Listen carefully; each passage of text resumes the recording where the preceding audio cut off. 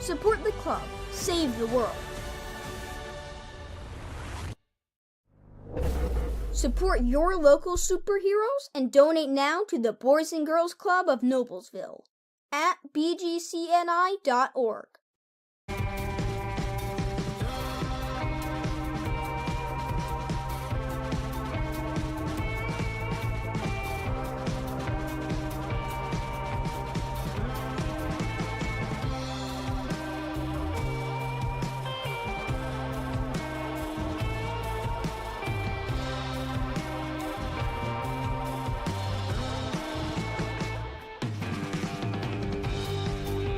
200 years is a long time, and that means there's a lot to celebrate. 2023 is Hamilton County's bicentennial year. Learn about the many planned fun and free activities by visiting hamcoturns200.com or follow Hamco Turns 200 on your favorite social media platform. 9 townships, 4 cities, 4 towns, 1 great year. See you there.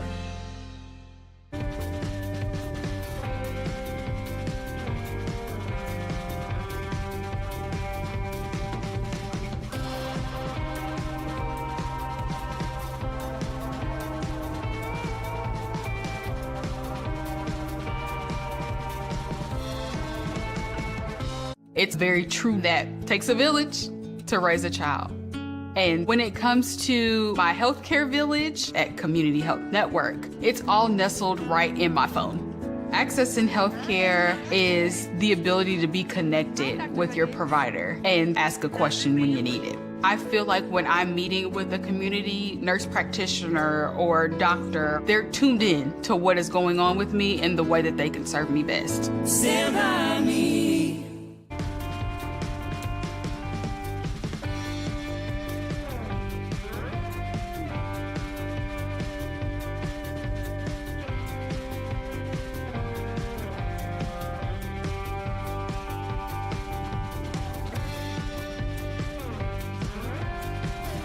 Blades Audio Video Security is Indiana's premier K-12 audio, video, and security provider.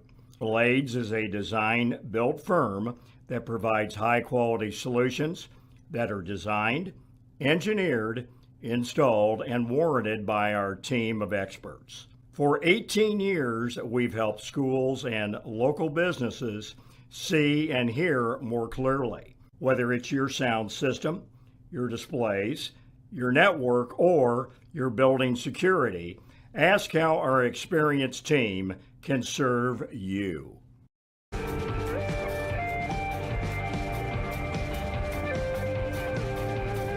Sell plaques, we do embroidery.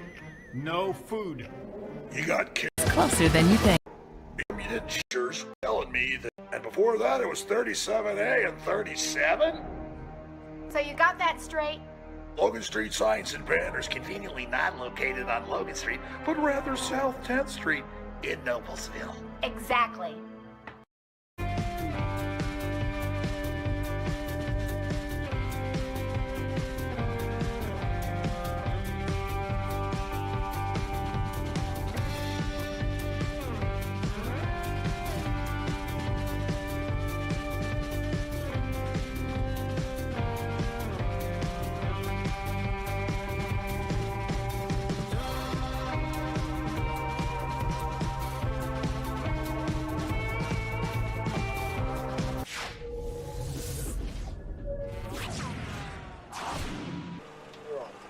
Hello again, everybody, and welcome to tonight's broadcast of IHSAA Softball on Hamilton County Television, presented by Logan Street Signs and Banners, celebrating over 30 years in business. We'd also like to thank our other great sponsors, Noblesville Trophies, Gaylor Electric, Chuck Goodrich, President and CEO, Community Health Network, Bastion Solutions, Hamilton County Sports Authority, Church, Hiddle, and Antrim, Jamie Carmesino, Carpenter Realtor, Noblesville Youth Sports Alliance, Blades, Audio, Video, and Security, Hamilton County Bicentennial, and the Hamilton County Reporter.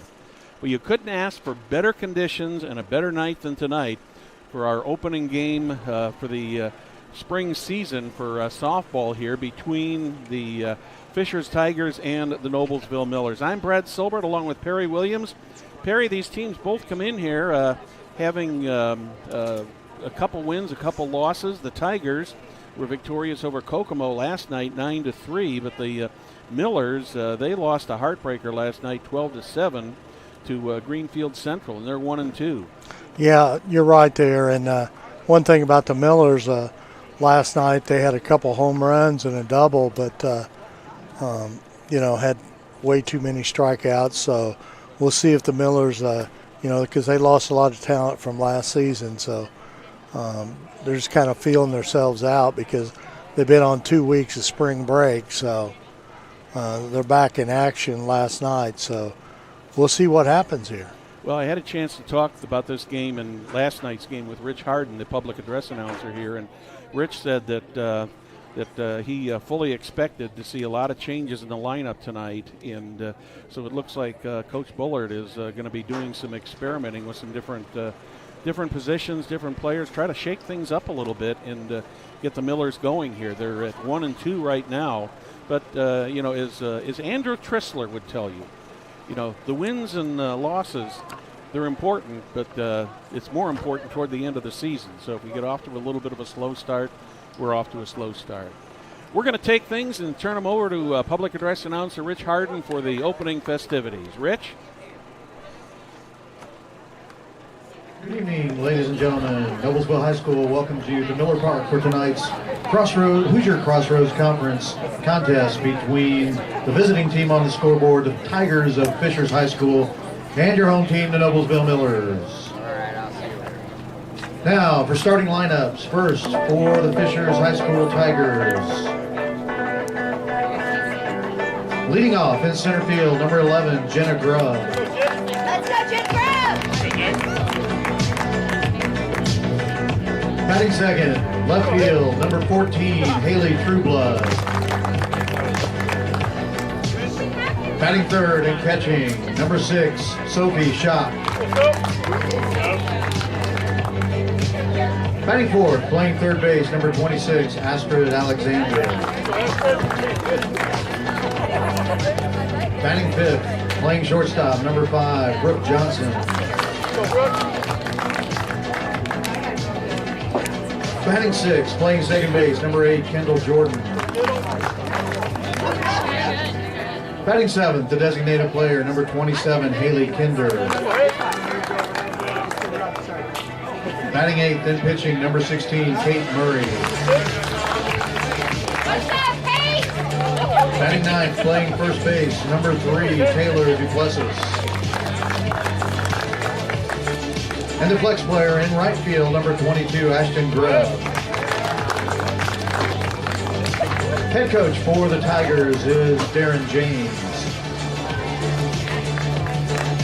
And now, introducing the starting lineup for your home team, the Noblesville Millers. Leading off in center field, number 1, Delaney Rundle.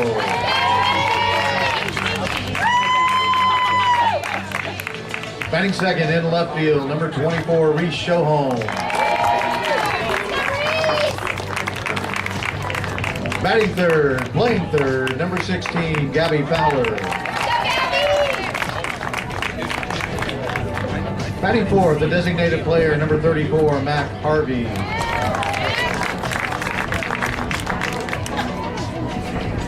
Batting fifth in right field, number 5, Aaron Clark. Batting sixth and catching, number 18, Taylor Thompson. Batting seventh, playing second base, number 33, Bella Shatko. Batting eighth, playing first base, number 7, Addie Emerson.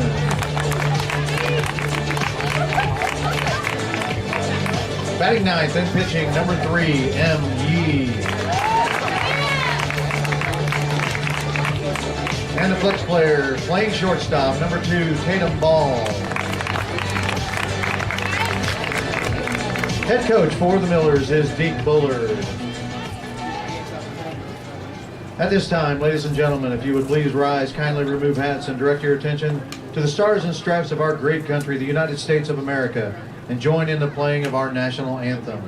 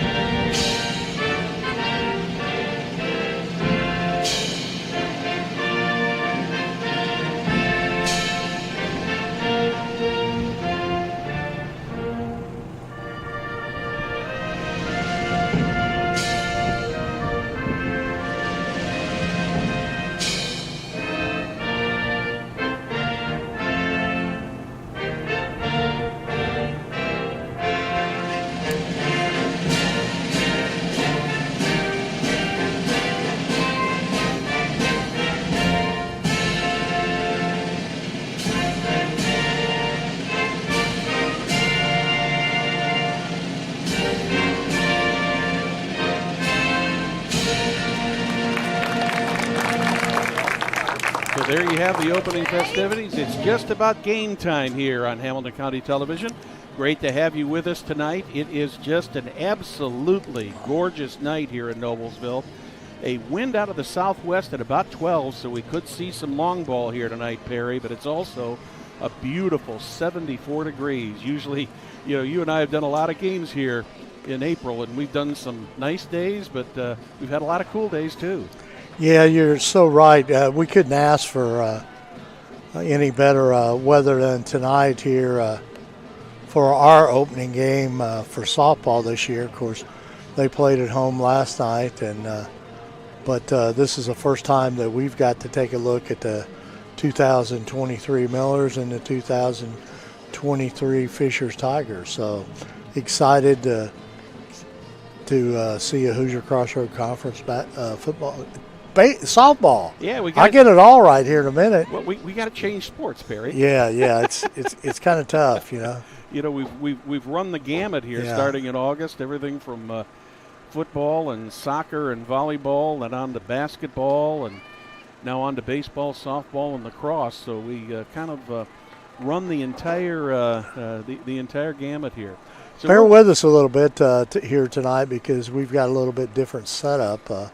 I'm actually broadcasting out of the truck, and Brad's up in the press box. There's not a whole lot of room up there, so we've remodeled the inside of our van here, and we got a pretty good setup. So let's see what happens. Yeah, you've got the nice, comfortable seat there, Perry. Yeah, I'm feeling good.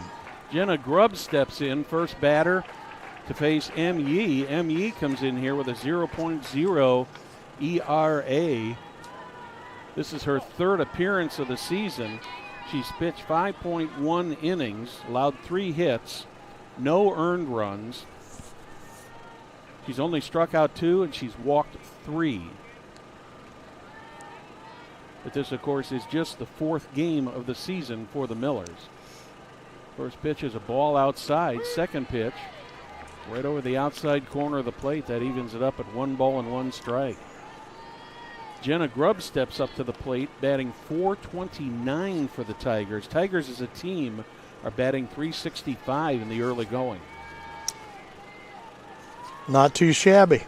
The 1-1 pitch popped up. That's going to go out of play, almost over into the JV field. That'll make it a 1-2 count on the center fielder Grubb. Grubb, a junior. Yeah, she appeared in 14 games last season and hit .250. She had 7 hits, so she's got off to a good start here her junior year. Here comes the 1-2 pitch from Yee. That's a little bit high.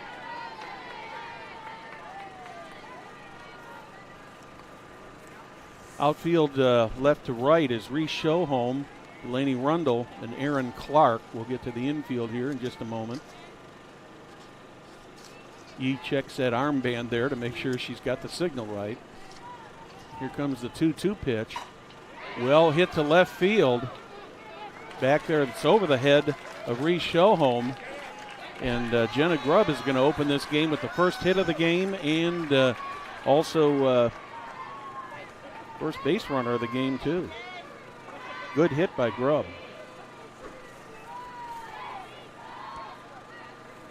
I don't know if the wind helped that one or hindered it a little, because when we got here this afternoon, the wind was coming straight out of the southwest.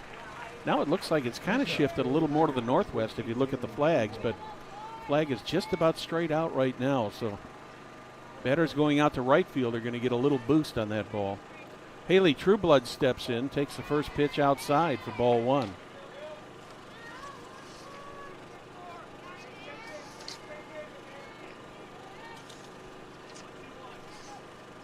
Trueblood is batting .526 in the early going.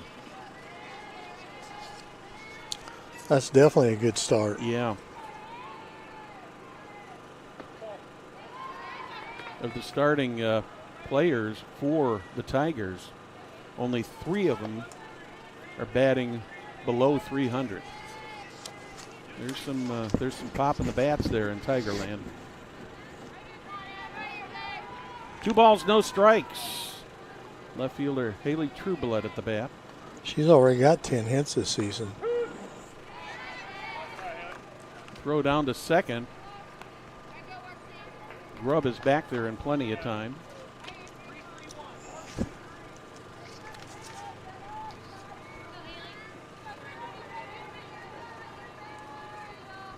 Trueblood steps back in. The 2-1 on the way. That's drilled into center field. Delaney Rundle is there very quickly to get that ball, and the Tigers have got something going here early. Yeah, they got runners on the corner now. Runners on the corner.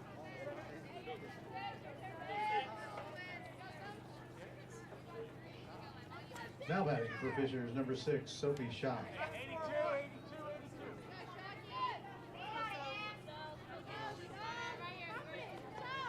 Conference game. All conference games are really important, especially in softball. Oh yeah, because there's only one. One. Yeah.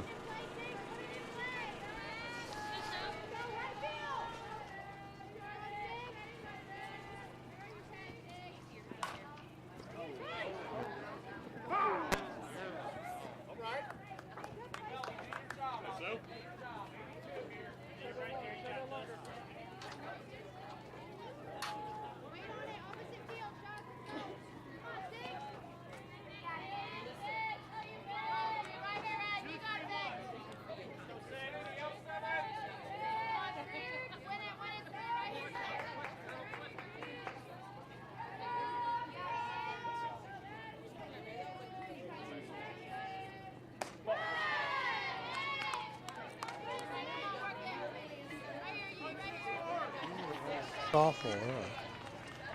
This is their second appearance here this year.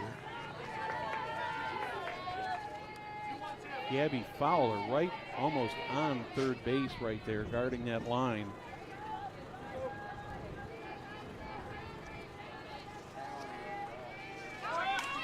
There's another one. That's going to stay fair, but left fielder is there. And Reese Schoholm made a nice play on that ball. That ball didn't curve at all, Perry. I thought that might kind of tail off a little with the wind, but so Sophie Schock goes down on the fly out to left field. So we got one out now. One down, and that brings up the cleanup hitter, Astrid Alexander. She's batting .368.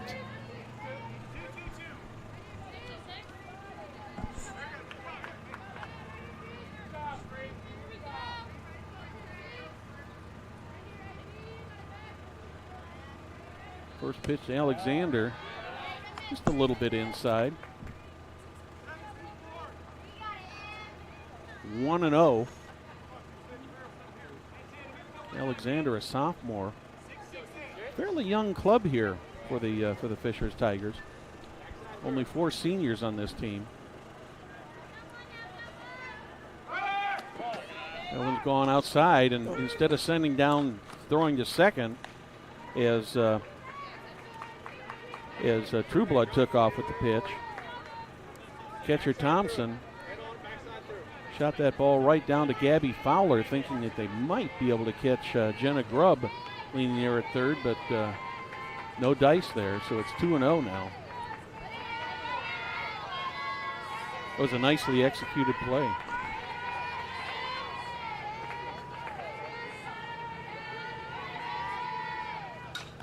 That one's popped up on the infield. Tatum Bell is right there, or Tatum Ball, and she's got it. That's the second out.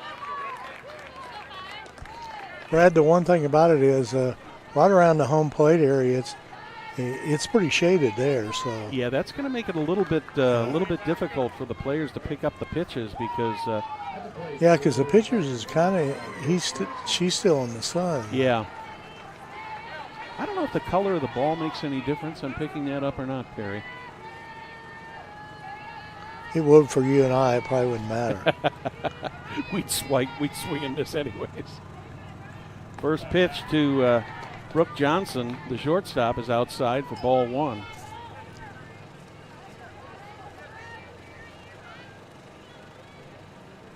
ME trying to get out of this without letting a run score. 2 base runners on 2 hits so far.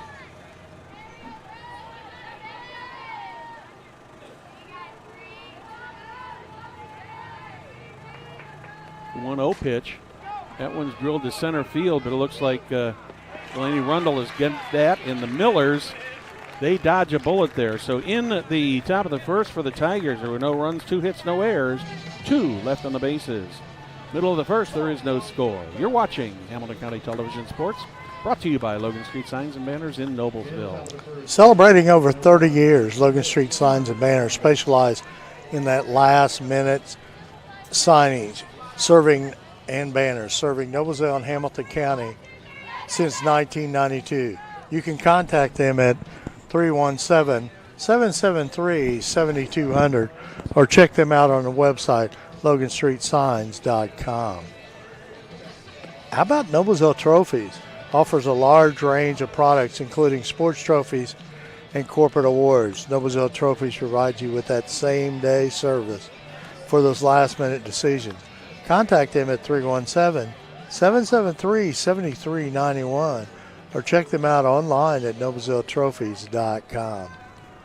Well, Brad, you were talking that Coach Bullard didn't want to start out this way, but Yee did a good job pitching herself out of a pretty big jam. Yeah, that was exactly my thought, Perry, is that she had a situation where she was down to had 1 out and had runners on second and third and managed to pitch around it and not allow either of those Tigers runners to score. And that's got to give the Millers a little bit of a feeling of a little bit of momentum that they don't not only dodged the bullet, but they also were able to make the plays and hold the Tigers scoreless.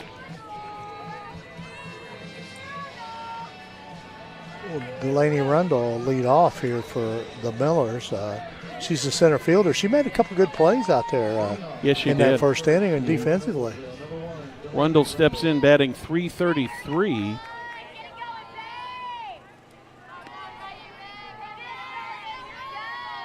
Kate Murray on the mound.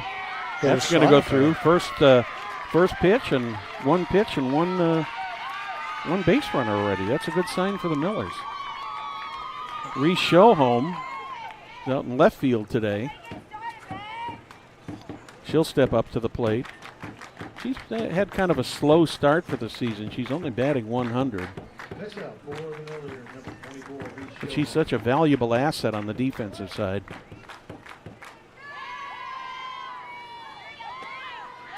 That one goes all the way to the screen. Murray put that over everybody's head. Yeah, Schoholm's, like we said, last season she batted .354, so she's got kind of a slow start, and many times that happens here early in the season. So it's not how you start, it's how you finish. That's exactly true, no doubt That's about an Andrew Trissler. Yes, saying, it right? is. Tried the bunt there, and it went foul. So that'll even up the count at a ball and a strike.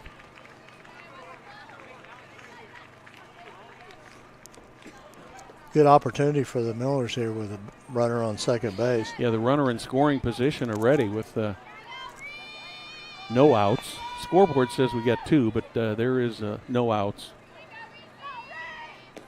Our ace scoreboard operator, Steve Shaw, over here to my left, he's between him and Andrew Trissler, they get it they get it corrected. It's early in the season, guys. 1 ball, 1 strike.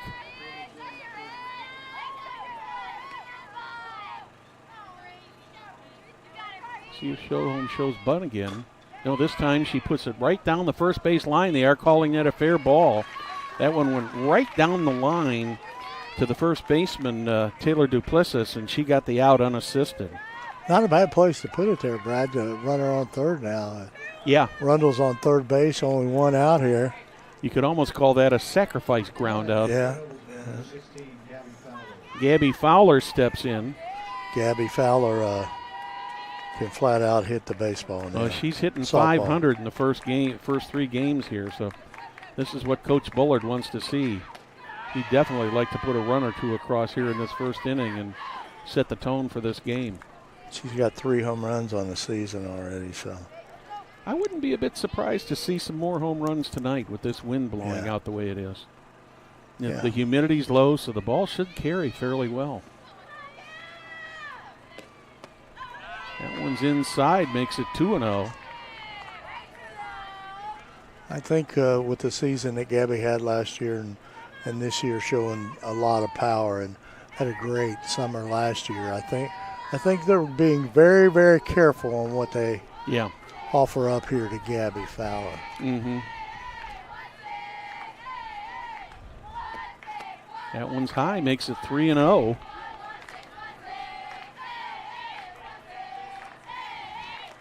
Astrid Alexander playing very close over to the third base side, trying to take that extra base hit away down the line. Yeah, those outfielders playing pretty deep too. Yes, they are. Well, if you played 3 games and you got 3 home runs already, they got to respect the long ball for Fowler. 3-0. Kate Murray's ready. That's a foul ball back. Too bad they don't allow you to play it off the bounce. Yeah. Hit the screen and came right back to the catcher, Sophie Schock. 3-1.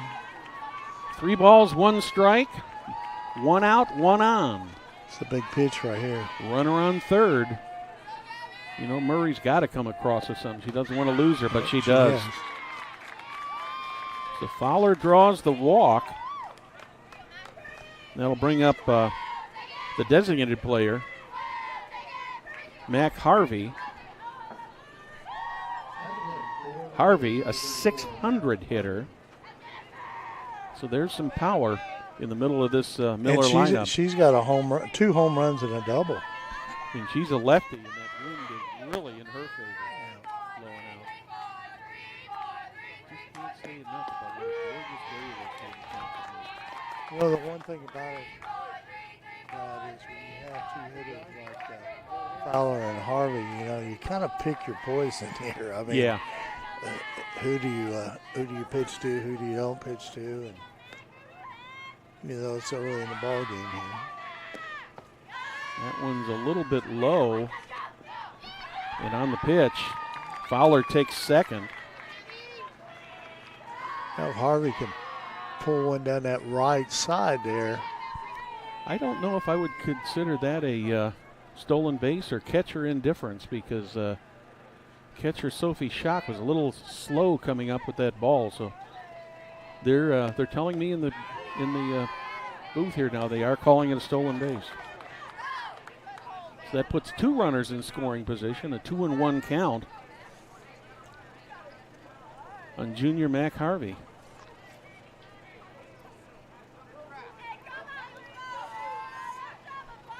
Murray gets the sign, the windup.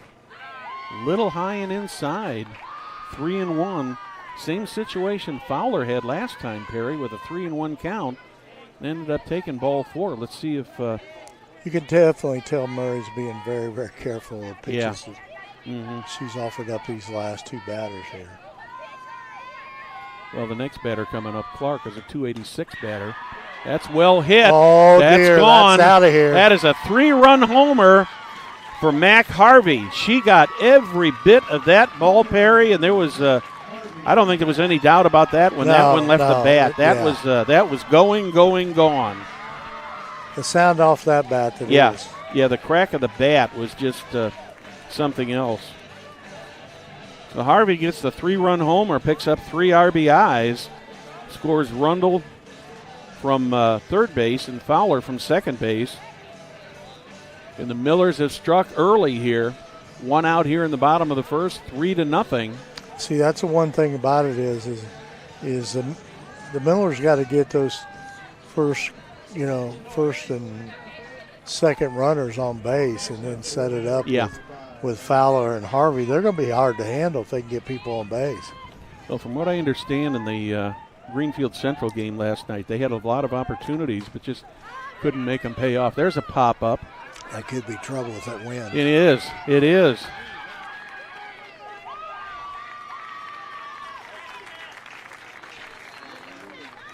You hit that ball. Hit that ball in right field like that. That wind. Yeah, and the wind was it was blowing right across. Yeah. And so Kendall Jordan just could not make that play.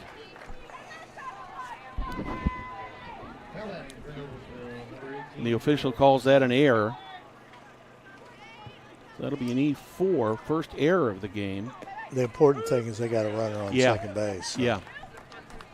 And that was good heads-up running also by Clark to get around there to second base, because on a normal day without the wind blowing, that's a routine pop-up, and the wind was the added dimension in there that made that play so difficult for Jordan.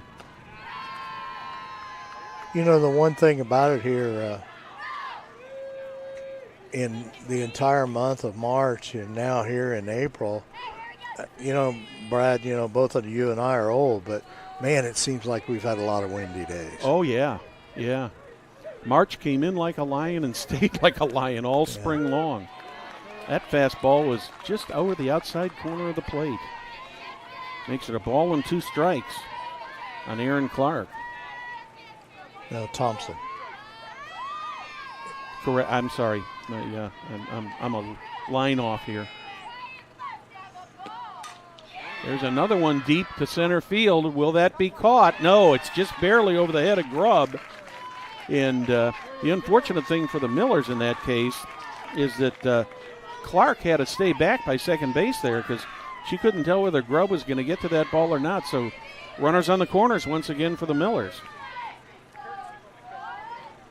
Third hit of the inning already. And Aaron Clark is on third. Taylor Thompson on first. And that's going to bring Bella Shetko up to the plate. Running at first base for the Millers, number 31, Macy Duvall. At the plate, Macy Duvall will be the courtesy runner at first.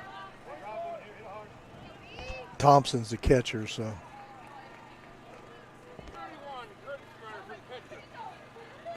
I really like that rule. Gives the opportunity for the catcher to get ready, and you don't have to wait for them to come off the bases and get their equipment back on. So Millers with runners in the corners. 1 down, 3 in already here. Bella Shatko steps up to the plate. He's batting 143. Takes the first pitch for a strike. But more importantly,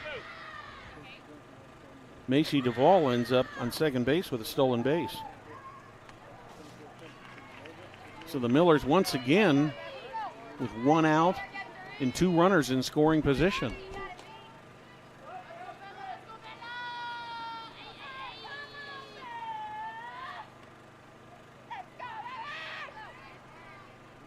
Tigers playing in at the corner. There's the bunt. Oh, nice bunt. They're going to go to first, but they did score the run. I thought for a second there that they may go home because there may have been a play there, but they went for the safe out. That'll be a 3-0 or rather a 1-3 play for the out to get the second out of the inning. But on the play, Aaron Clark scores. That's the 4th run of the inning for the Millers. And that'll bring up the number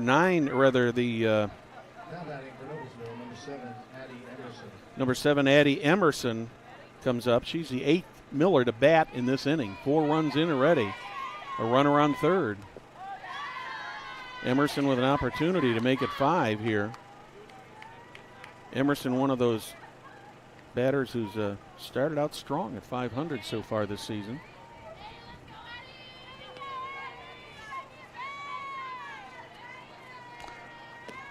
A little bit high. Ooh, that was called a strike. I'm sorry. I thought that was You know, one thing about that last play there on that bunt, that was a good bunt. I mean, that was really a good bunt there. Of course, it went right back to the pitcher Murray. Yeah, but she had to come off the mound. Yeah, she had to come off the mound, but also at the same time. And the catcher had to stay home. So yeah, at the same time, Shock, she started out toward the mound, and so I think that's why Murray probably went to first to get the sure out. She may not have had time to get back. 2 balls and a strike on Addie Emerson. Ground ball to short. This should end the first inning, and it does.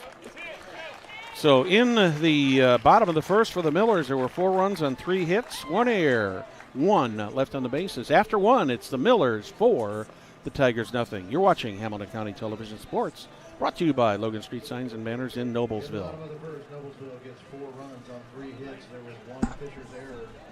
200 years is a long time, and that means there's a lot to celebrate. 2023 is Hamilton County's bicentennial year. Learn about the many planned fun and free activities by visiting hamcoturns200.com or follow Hamco Turns 200 on your favorite social media platform.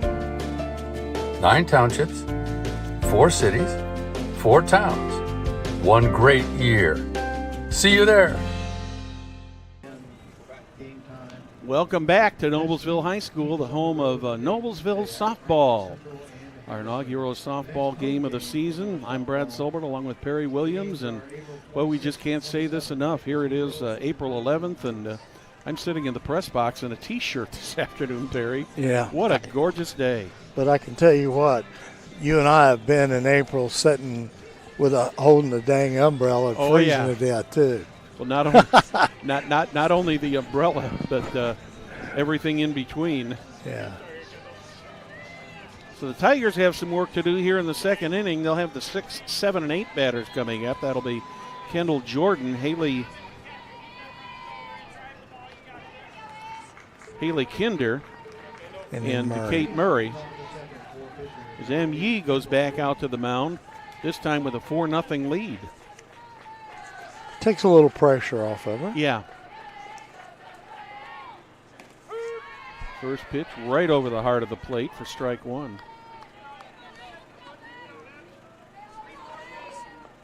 But like we said in that first inning, you know, Yee through last season she was 4-4, made 16 appearances. So, you know, she had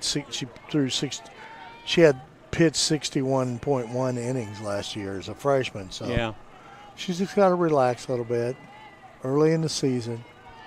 Pitchers are usually that way. It takes them a little longer. There's a drive to left field. What a nice play catch there by Reese Schoholm.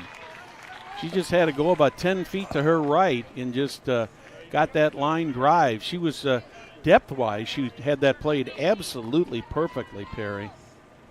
Yeah, that Noblesville coaching staff, they take a real pride in their scouting reports, and Larry DeSalvo is probably in that crew over there with Craig Lutz and Deke Bullard and Matt Moore. They've been around a time or two, so they work very, very hard on following these players around here. So designated player Haley Kinder steps in, fouls the first pitch back for 0-1. Kinder, another one of those big bats. for the Tigers, batting right at 500. That one's low and outside, evens the count up at ball one, strike one.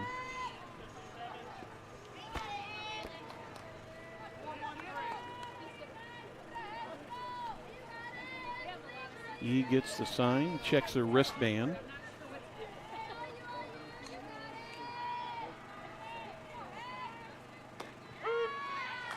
That's a strike over the outside corner, about belt high. I think Haley Kinder would like to have that pitch back, Perry. That was a pitch that definitely could have been hit. Yeah, that was a pretty good pitch. Yeah. She's down in the count 1-2. 1-2 pitch. High. A little bit too high for her to even consider going after.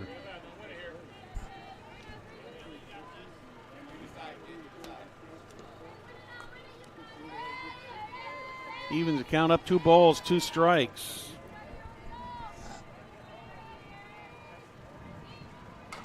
There's one that goes off of the, I don't know if Yee touched that. No, I don't think so. I think she let it go. Yeah, it was close. Yeah. I think she thought about it, and she realized that could go off the edge of her glove there. And, well, she had Bella Shatko right behind her there, yeah. and Shatko made the easy play, so she definitely had the easier play to make.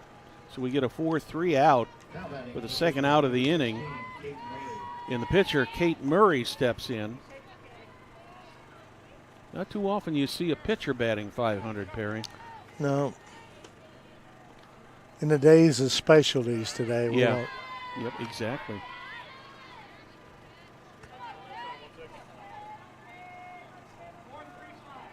Yeah, all sports have changed tremendously in the last 10 years on the approach in every sport we do now.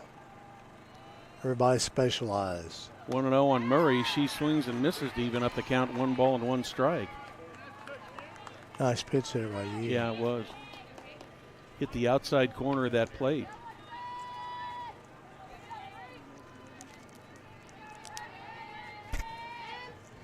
She took a little bit off of that one, and I think Murray got out in front of it. The 1-1. That one's outside. Makes it 2-1. 2 outs, nobody on. We're in the top of the second. Millers with a 4-0 lead over the Tigers. Put 4 runs across in the bottom of the first. Tigers threatened to score in the top of the first, but Millers defensively were able to hold him down. 2-1. That's well hit. That could be gone. That is going to be gone. Kate Murray gets the Tigers on the board. Helping herself. Yep, with a solo home run. Nice shot right over that left field. Yeah, that was, you could tell when that one left the bat, Perry. That was gone. Yeah. Regardless of the wind. That was kind of a, well, I wouldn't call it a high fly ball, but I also wouldn't call it a line drive. But it was just very, very in the sound of the ball hitting the bat. You could tell when it left the plate that was that ball was going places. That's Murray's second homer of the season, I believe. Yeah, second homer of the season. Taylor Duplessis steps in.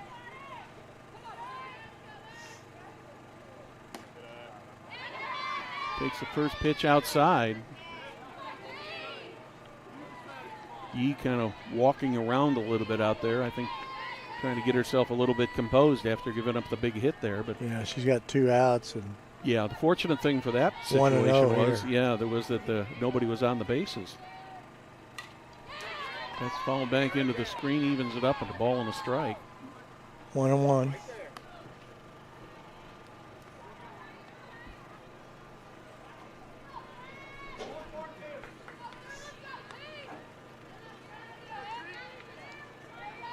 Murray's only a sophomore, Brad.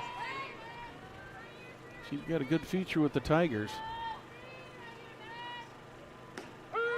That one hits the outside corner, makes it 1-2. Nice. Brad, you look down through this roster of Fishers. They're pretty young. Yes, they are. They've only got 4 seniors on the team. 5 sophomores, 1, 2, 3, 4, 5 juniors. 1 freshman on the roster today. Swing and a miss.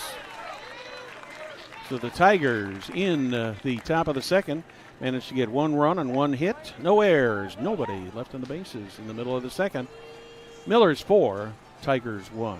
You're watching Hamilton County Television Sports, brought to you by Logan Street Signs and Banners in Noblesville. Gaylord Electric, the highest performing national contractor of excellence since 1984, Gaylord Electric's success continues to be built upon the cornerstone of reliable resources, reliable outcomes. Insights fueled by the genuine care of people. Gaylord Electric, along with Chuck Goodrich, President and CEO, are proud sponsors of Hamilton County sports. What about Community Health Network? Are you struggling with lingering injuries? Or you have trouble doing things you love to do because of an injury? Don't let sprains and strains keep you down. Make an appointment with Community Sports Medicine physicians. Visit ecommunity.com/sports. Well, thank you for joining us this afternoon or this evening here on Hamilton County Television.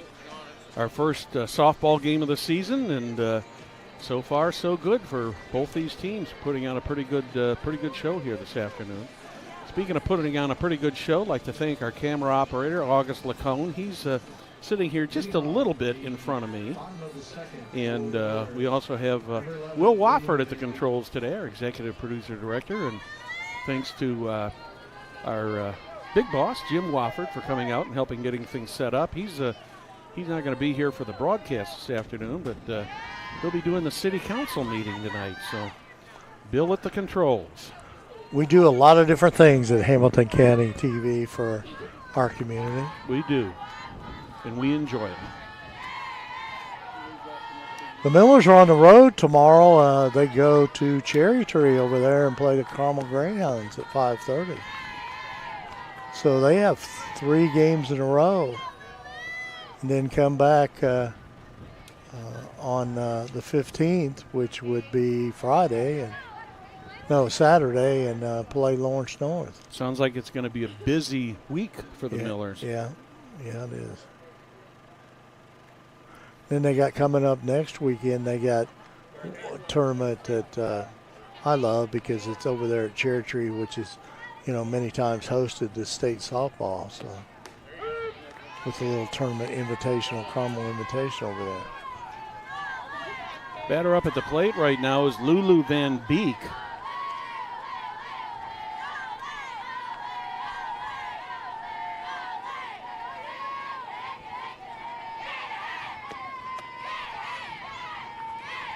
He's up there with a 3-1 count.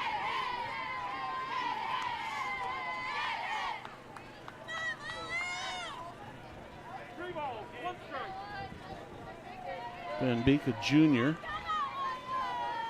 pitches and plays infield. 3-1 pitch coming from Murray. Swing and a miss. Swung at that high heat there, Perry. Got her to nibble. Yep. Those rising fastballs, I can remember back at Southeastern back in 2007, Morgan Mello, she had one of the wickedest. Her rising fastball was something else. It was almost unhittable. And that's exactly the same pitch that Murray just threw at her. That one's going to hit the roof above the Tiger dugout. So Van Beek is up there with a full count.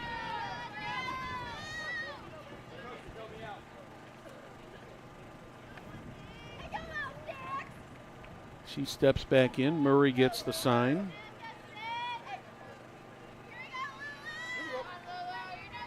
One of the fans threw the ball back into play. That's why the little bit of the delay here.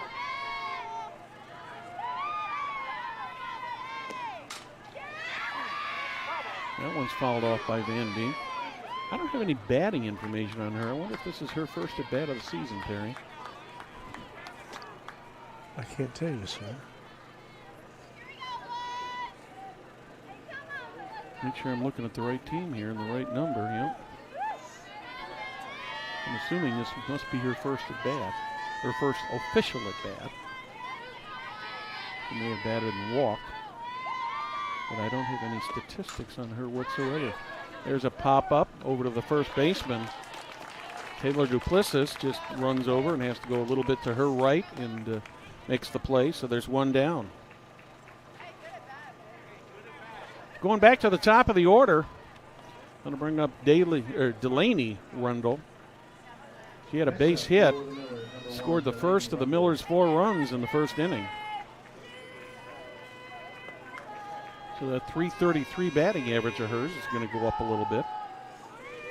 Brad, that Van Beek, that may have been her first time to bat because she's also a pitcher. Yeah, yep.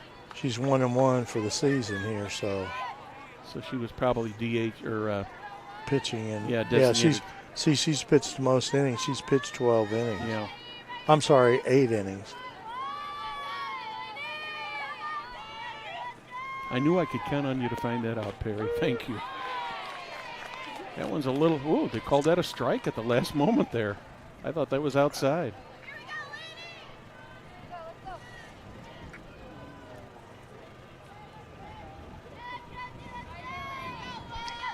See if Rundle can get on here again. Because the Millers are at the top of their batting order.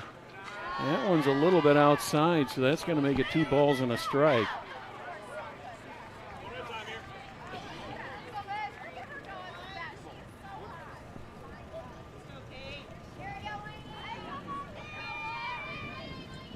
Murray looking down at her wristband to make sure that she gets the call right.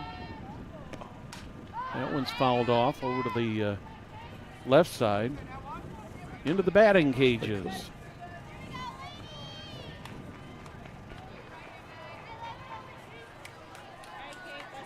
We're in the bottom of the second. Miller's up by 3. 1 out, nobody on. 2-2 on Delaney Rundle. That one's going to be a little bit high. Going to make it a full count.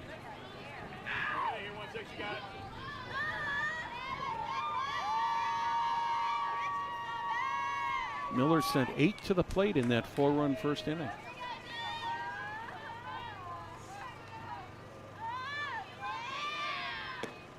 That one's a little bit high, and you called it, Perry. Rundle's back on the bases. Bring up Reese Shohome. Well, Rundle and Shohome, it's important that they get on base because they're followed up by Fowler and Harvey. So. Yeah.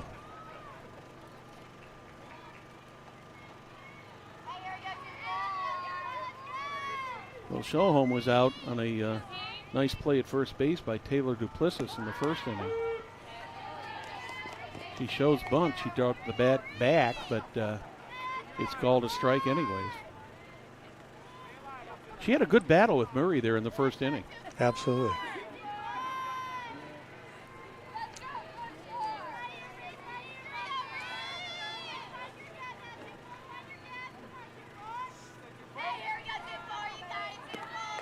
That one's a little bit high. The steal, is she going to get? Oh, she got in there. She was safe. She slid just to the right field side of the bag and managed to evade the tag. That was a close play.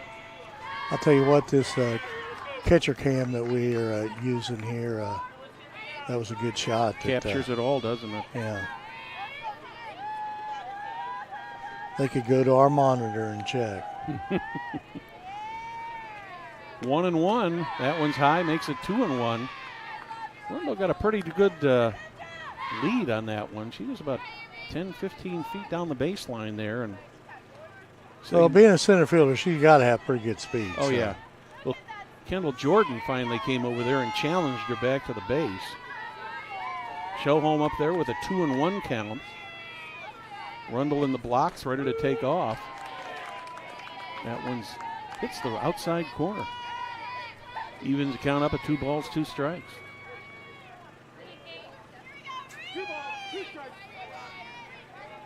Shohome steps back in.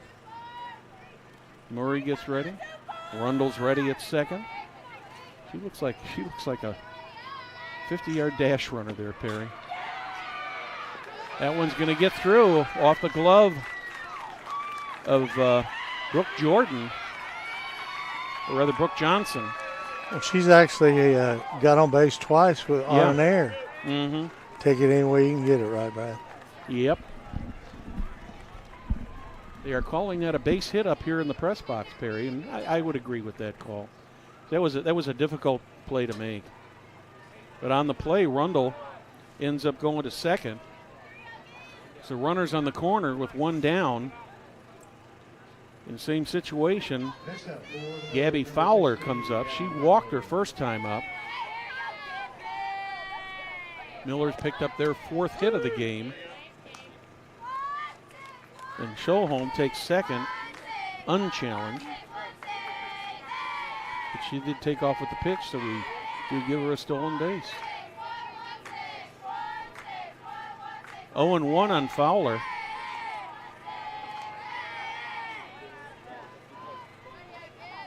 Murray in a jam here. Another nice pitch.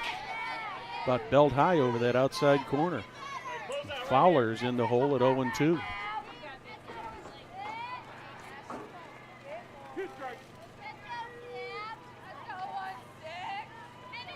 Sun becoming quite a factor on the right field side of the field right now. That one's high. Makes it a 1-2 count on third baseman Gabby Fowler. Yeah, because the shortstop is in the shade a little bit. Yeah, short and third are pretty much in the shade. Yeah. But if they back up either way or come towards, they could be in the sun. So well, first base is in the shade right now too. There's a foul back. Fowler just got just a little bit under that one. You can always tell when they that ball almost came straight back. So she had it lined up. She just a little bit under it. Still a ball and 2 strikes. Pitch from Murray. It got by the catcher, and we got another run scored here.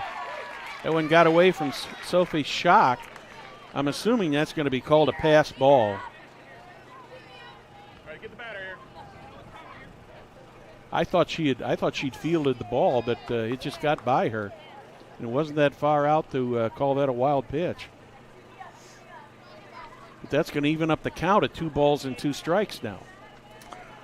Rundle, a couple times here on the base, has been able to show her speed, too. Also, Schoholm on that play advances to third. The 2-2 pitch. Whoa, that was close. That count goes full for Gabby Fowler.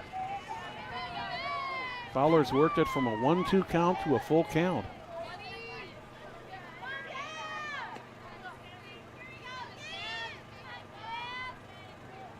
Murray struggling a little bit here. That one's fouled back. She may have swung at ball 4 on that one. That one looked like it was a little bit high and outside. Steve Shaw gave me a thumbs up on that. So if Steve says I'm right. You know you're right. Yeah. Now, Andrew disagreed with it, but you know Andrew and Steve never agree on anything. Full count. That one goes over the head of the second baseman all the way to the wall. Uh-oh. And here goes Fowler into second. She's going to be in there with a stand-up double. Another run scores. Yep, another RBI. Another RBI, another hit. So the Millers are out to a 6-1 lead now. That brings Mac Harvey to the plate. That was a good at-bat by Fowler there. She battled. I mean, both the pitcher and the batter really battled on that one. I mean, yeah, because at one time she was down 1-2. Yeah, so. She was. But she just got enough on that ball to get that over the head of Kendall Jordan.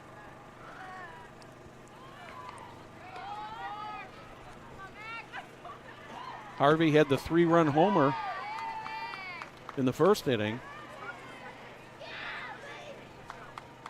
You know, she can't get a 3-run homer this time, Perry, but see what she can do here. She can go long ball again. Fowler down there, and looks like she's coming out of the coming out for a 50-yard dash there from that second base position. 1-0. That's a little bit low, makes it 2-0. Murray struggling a little bit right now. Yeah, she certainly is. I don't believe there's anybody throwing down in the Fishers bullpen, but you know, the one thing about the softball pitchers, They don't have to have much warm-up. No. Aaron Woosley comes out to talk it over with his infield. I'm thinking probably also to try to relax Murray on the mound there. Yeah, yep. Miller scored 4 in the first inning. The big hit in that first inning was the 3-run homer by Mac Harvey, who's at the plate right now.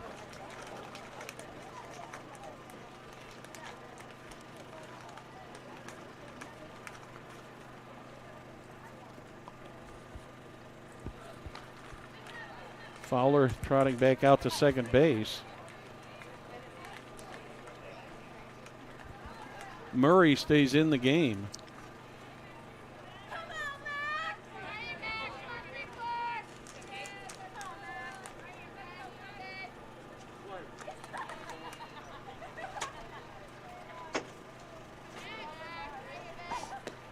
Oh, that one hit her.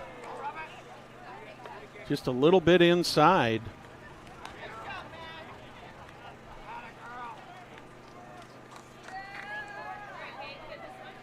And that's going to bring Erin Clark up. She reached on an error in the first inning. Eventually scored the 4th run for the Millers in the first inning. 6-1 is the lead right now. 1 down. Millers with runners at first and second. The right-handed batter in here. I think we might be looking at a double steal here, Perry. Possibly. That one gets dropped over to. That's going to be close. That was close, but Gabby Fowler got in there just ahead of that tag.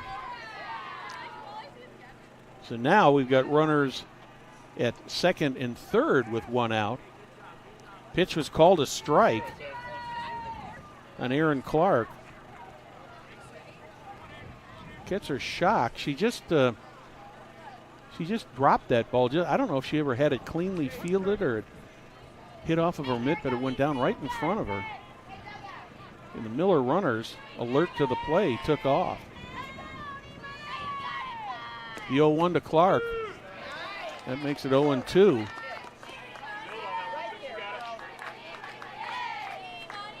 In spite of getting rocked for 6 runs, Kate Murray is still throwing very hard, Perry.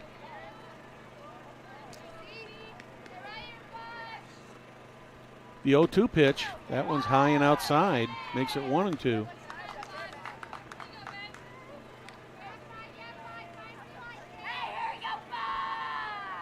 Clark, as I said, reached on an error on the second baseman in the first inning.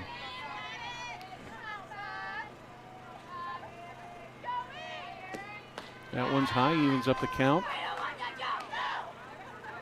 2 balls, 2 strikes. So Clark has worked this from an 0-2 count now to a 2-2 count. The fielders are almost back at the warning track for Erin Clark, Perry. They are playing very, very deep for her. That one's fouled off.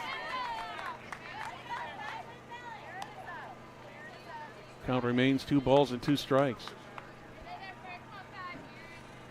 There's a couple sitting there over on the first base side right in front of the net there, and that ball, that net hadn't been there. Yeah. But they didn't flinch at all. I mean, they were solid. The 2-2. Ooh, wow. Just a little bit outside. A little outside. So Erin Clark has worked this from an 0-2 count to a full count. 1 down, 2 runners in scoring positions.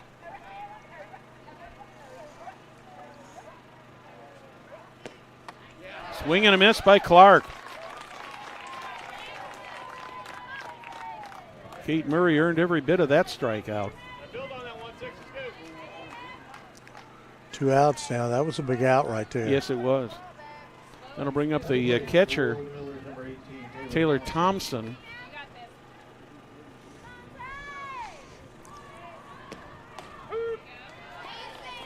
High strike there, right across the letters. Thompson reached on a base hit in the first. Thompson, the 7th batter for the Millers to face the Tigers here in the bottom of the 2nd. There's another strike. Murray hasn't had a lot of trouble getting out in front of the runners, Perry, but she's just had a little trouble finishing them off. In fact, I think that that strikeout on Clark was the first strikeout for her for the game. Yeah, I think you're right. The 0-2, that's high.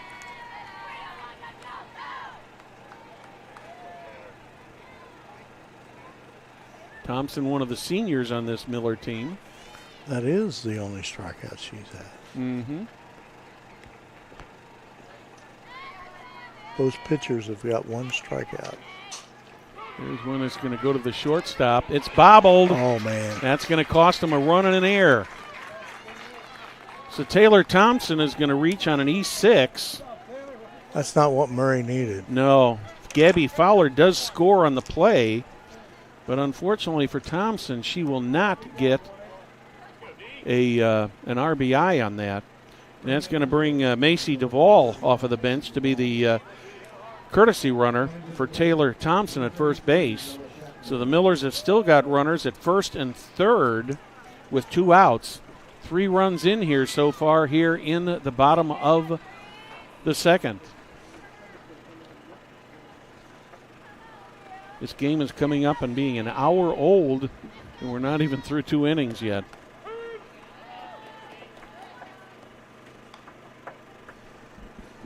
Bella Shatko steps in. She grounded out her first time.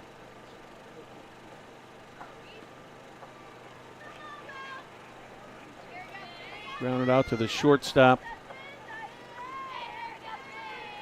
Brooke Johnson. That one's high and on the pitch. The reason being, Brad, not that it makes a difference in softball, but Murray already has thrown 69 pitches. Yeah. And Yee is throwing 33, so.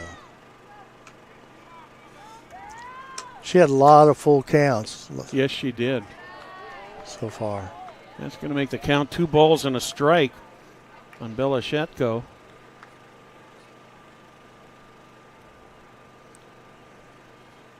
Two runners in scoring position, 2 down here in the bottom of the 2nd.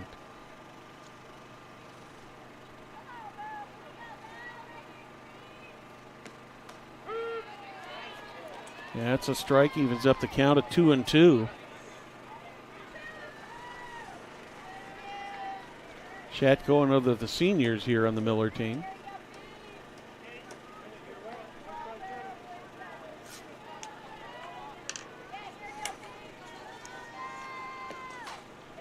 That's going to fall in, and that's going to score at least 1, now 2.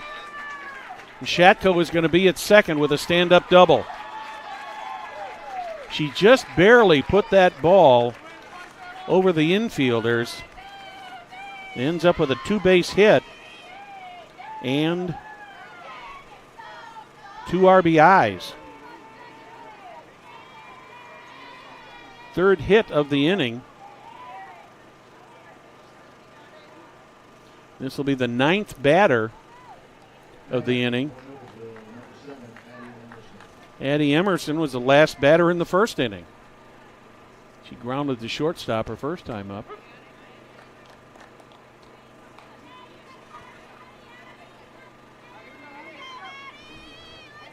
I don't think the Fishers infield really had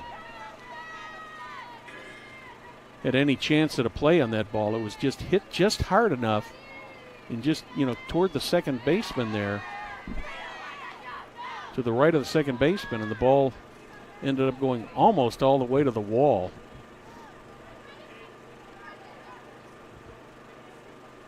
Of course, Harvey and Duvall were off with the pitch, with being 2 outs with the crack of the bat, so they easily scored.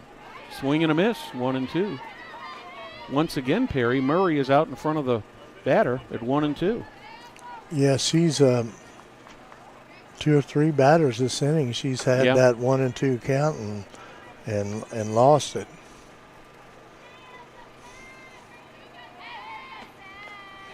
Swing and a miss. Got it. So the Millers bat around in the bottom of the second inning. They pick up 5 runs and 3 hits. 1 error and 1 left on the bases. So at the end of 2, it's the Noblesville Millers 9, Fishers Tigers 1. You're watching Hamilton County Television Sports, brought to you by Logan Street Signs and Banners in Noblesville.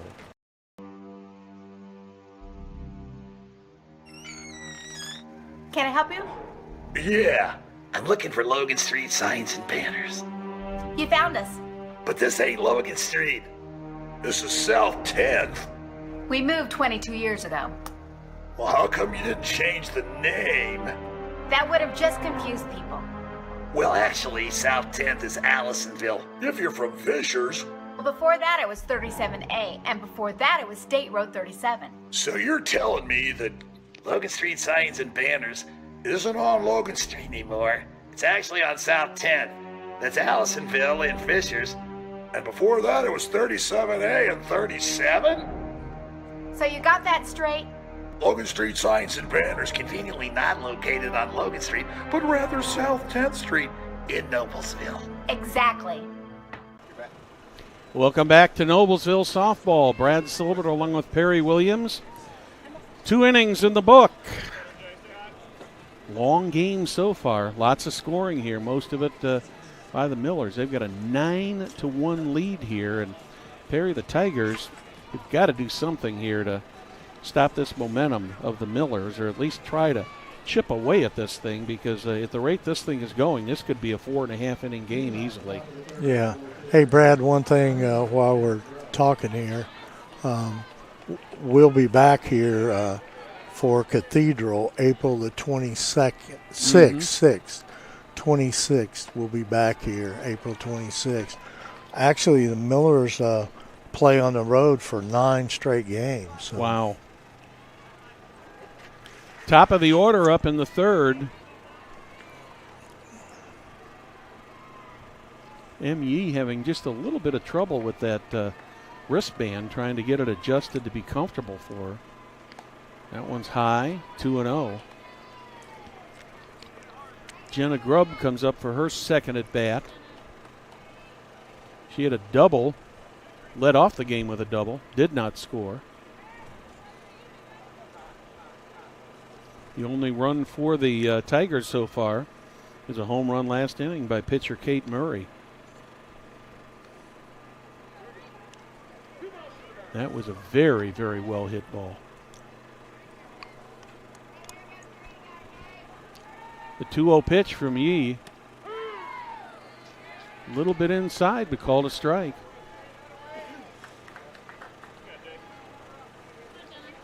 Nice crowd out here this afternoon. Oh, yeah. It's good to see people in shorts. Yeah. I'm sitting next to Steve Shaw, and he's in shorts. I don't know if that's good to see or not. Then you got Andrew Trissler over there, too. Pop up. In the air. That one, boy, that one held up forever and ever and ever, and Bella Shatko finally made the play on it for the Millers. So Jenna Grubb is retired.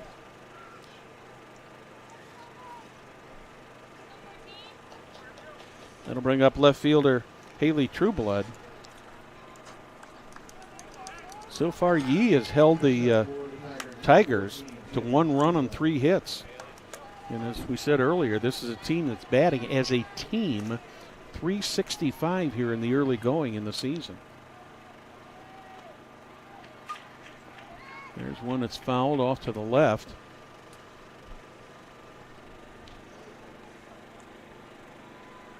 Trueblood reached in a single, her first time up in the first inning. She and Grubb both reached in the first inning, but they couldn't score.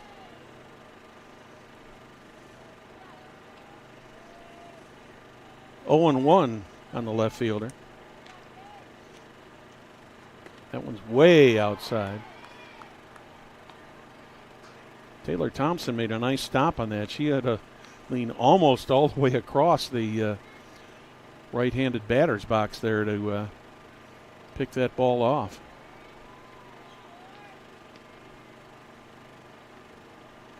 Count is 1-1.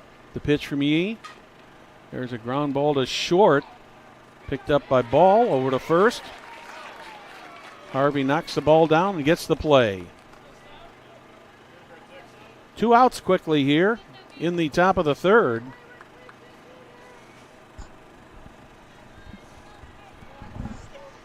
That'll bring up the number 3 batter, the catcher Sophie Schock. Schock flew out deep to left field to reach Shoholm, her first at bat. Shoholm made a nice play on that ball. Yeah, she was in the right place, too. Yeah, she didn't have to run real far, but she had to run and get about 10, 20 feet over to her right to make that play. But she did a nice job making the play.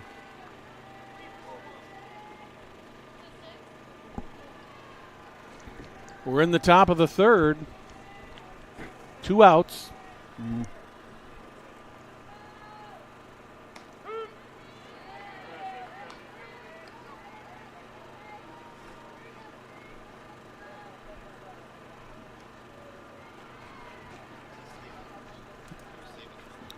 Okay, I made a mistake here, Perry. I stand corrected. Haley Trueblood beat that play out. She gets an infield single. I thought she was out there at first, but she beat it out.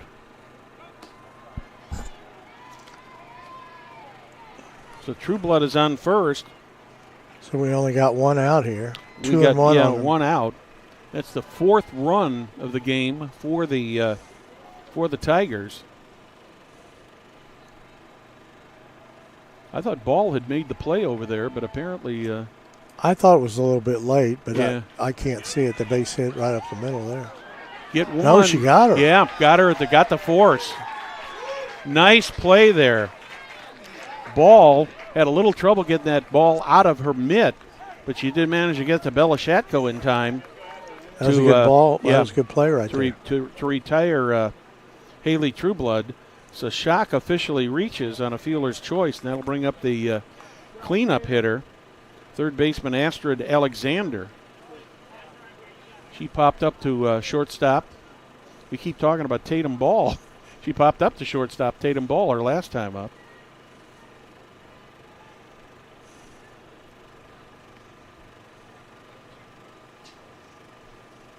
Two down, 1 runner on.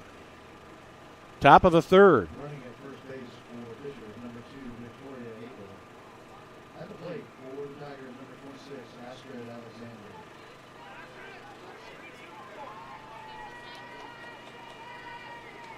Tori Abel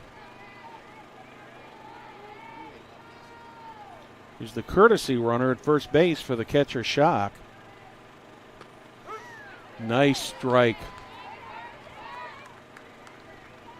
He started her off with a nice breaking ball that time, Perry. Yeah, it was a very good pitch.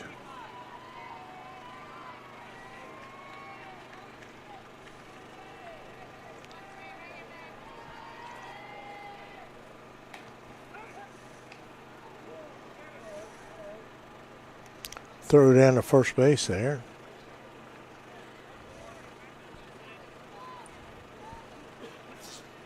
I don't think the Millers were really ready for that throw down to first there. No, that looked a little bit unorganized, to say the least. Thompson just let it go.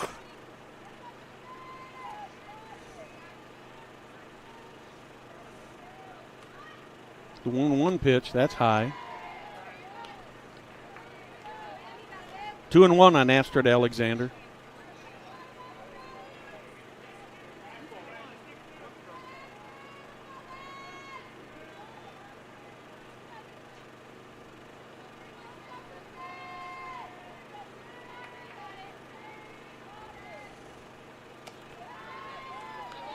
Worked it to 3-1. Alexander, a sophomore. I got to tell you, Perry, I like her name. You don't hear the name Astrid very often, but that was my grandmother's name. Really? On my dad's side of the family, yeah.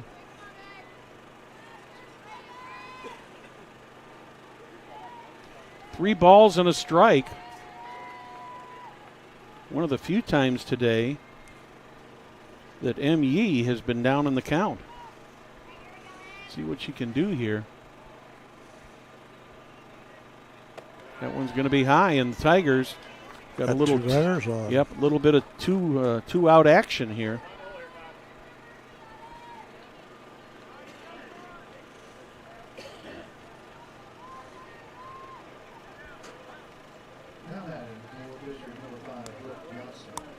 Brooke Johnson steps up.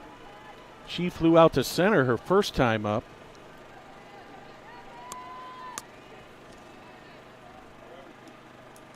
Look at that batter stance. Good batter stance there. Missed the outside corner.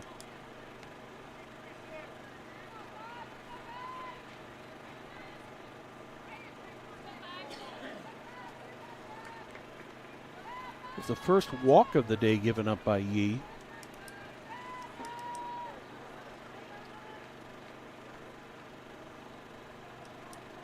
The 1-0. That one goes back foul over to the left side. Hit the backstop and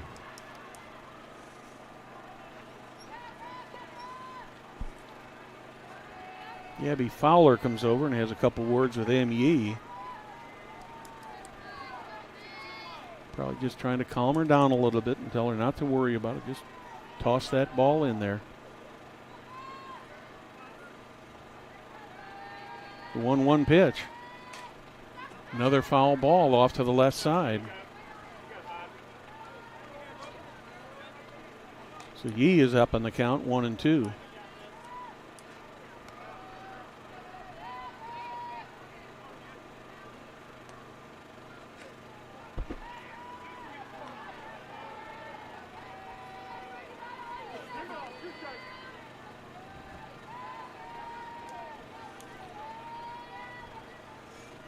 Two outs, two on. Uh-oh. There's a shot into center field. That's going to score at least one run, maybe two. They do score one. Rundle did a nice job getting the ball in. Yes, yeah. So Brooke Johnson gets a stand-up double. One run scores.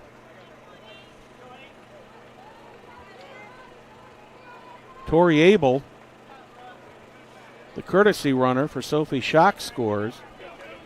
Astrid Alexander ends up on third.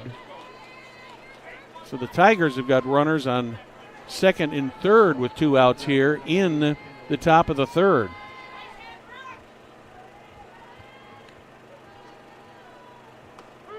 That's a nice pitch there by Yee.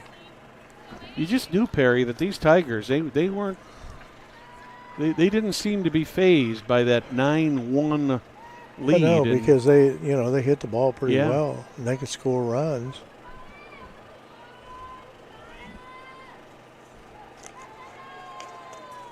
The 0-1, another nice called strike. Unfortunately for Kendall Jordan, that was a very hittable pitch, and she just looked like, to me, she was just taking that all the way.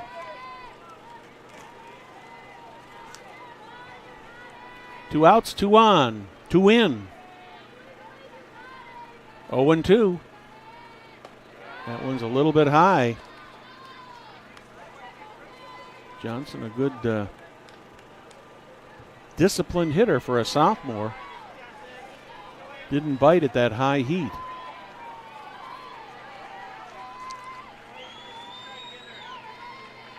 The old rising fastball. The 1-2 pitch from Yee.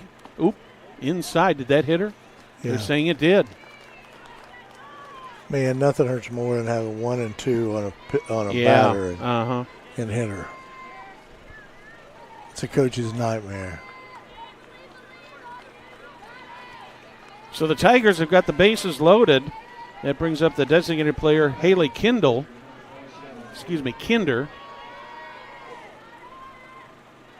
Kinder grounded to the second baseman her last time up in the second inning. Outside, 1-0.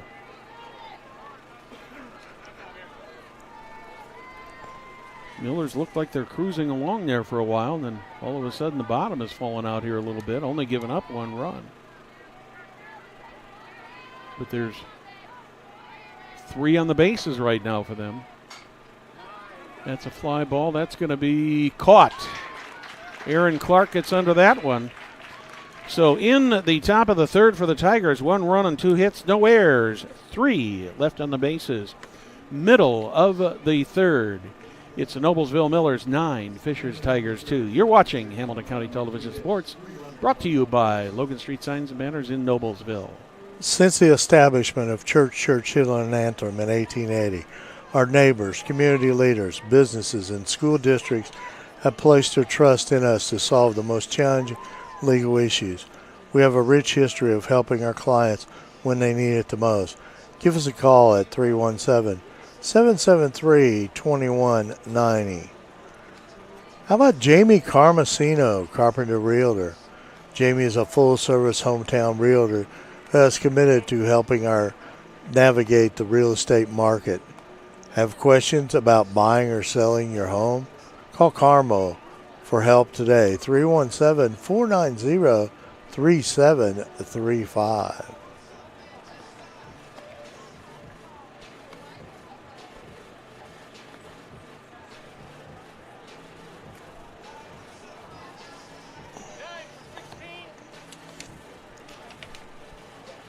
Brad, we go to the bottom of the third here.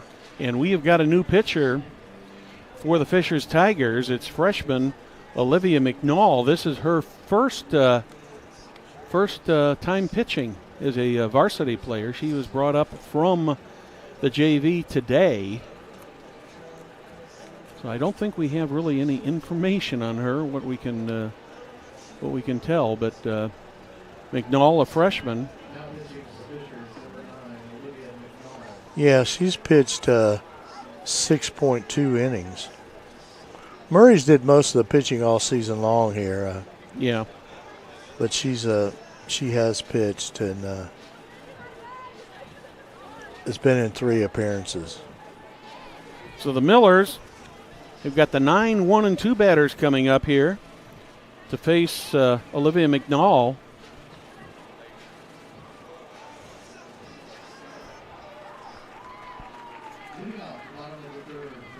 I spoke to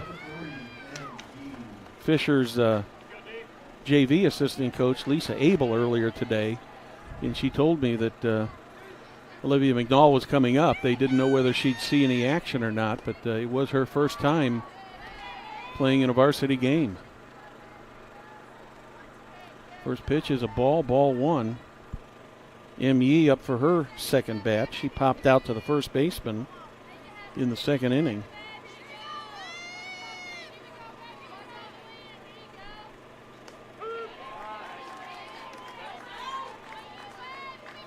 One ball, 1 strike.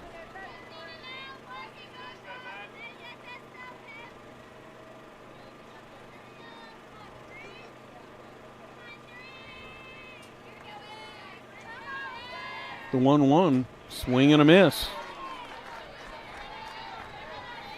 Yee went after that high fastball there.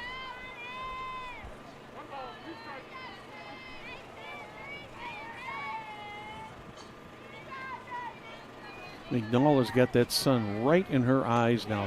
Swing and a miss. Nice job done by the freshman here. So the Millers will go back to the top of the order. This will be Delaney Rundle stepping in. She's 1 for 2 officially with a single and a walk. Scored both times she was up. Also has a stolen base.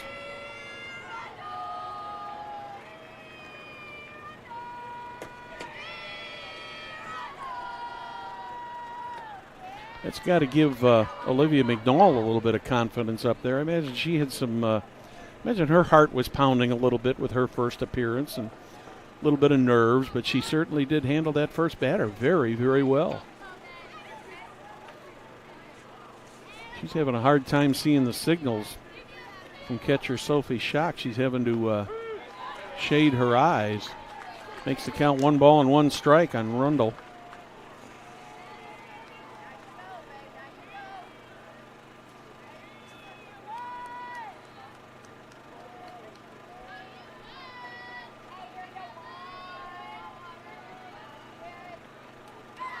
That one gets away from Shock. Makes it a 2-1 count.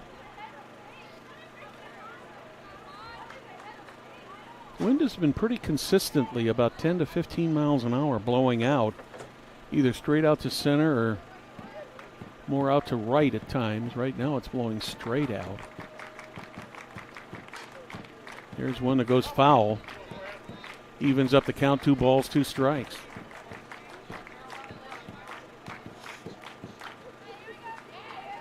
Rundle trying to reach base for the 3rd time today in her 3rd at bat.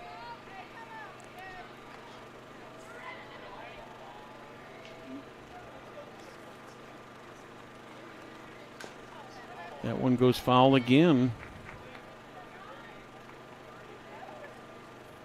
It's the first time I've seen her kind of try the old slap routine there, Perry. She's been taking a pretty true swing, and she stepped up to that one like she wanted to slap at it. And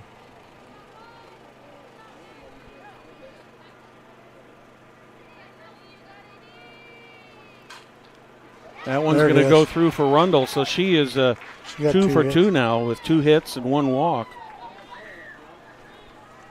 7th hit of the game for the Millers. With the heart of the order coming up, Reese Schoholm is stepping in.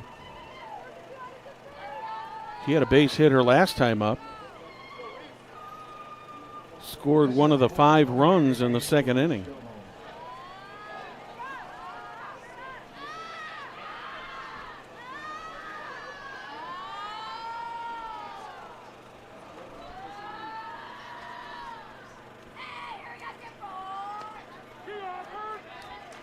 Schoholm shows the bunt, misses the pitch.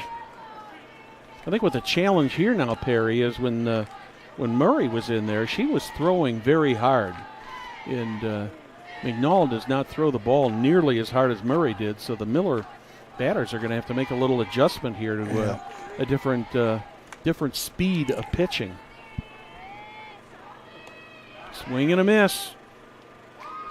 But on the pitch, Delaney Rumble takes off, and she is into second base with another stolen base. 0-2.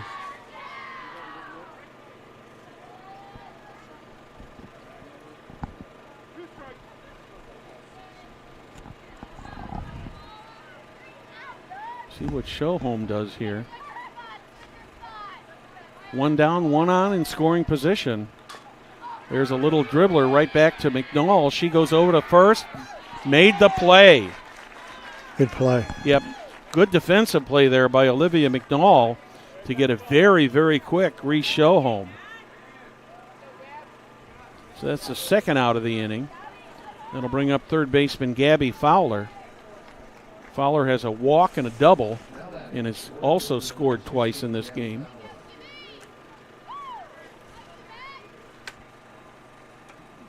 Aaron Woosley would like nothing better than to get out of this inning without a run scoring, but there is a Miller runner on third base right now in the form of Rundle.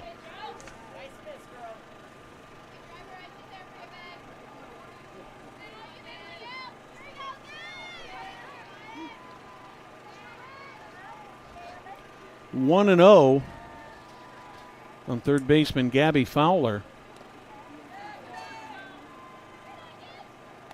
That evens, 2-0.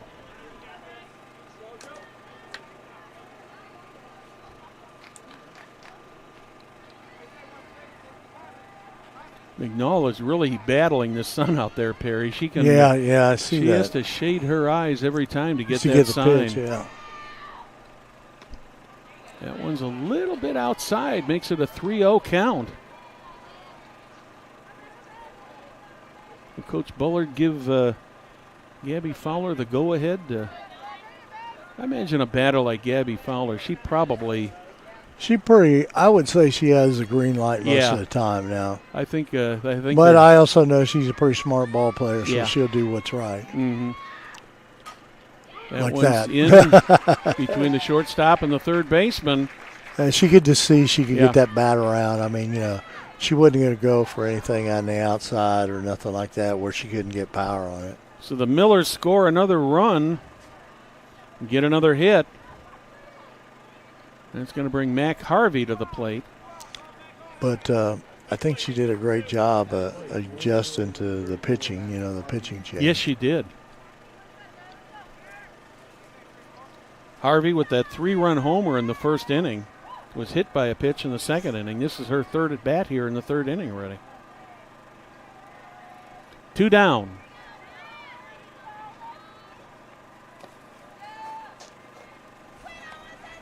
That one's a little outside. Of course, a big power hitter like her, she's chomping at the bit with that slower pitch. But oh, yeah. That's not always the good thing. No. Because remember what they always say, the harder they throw, the farther it goes. Oh, no doubt.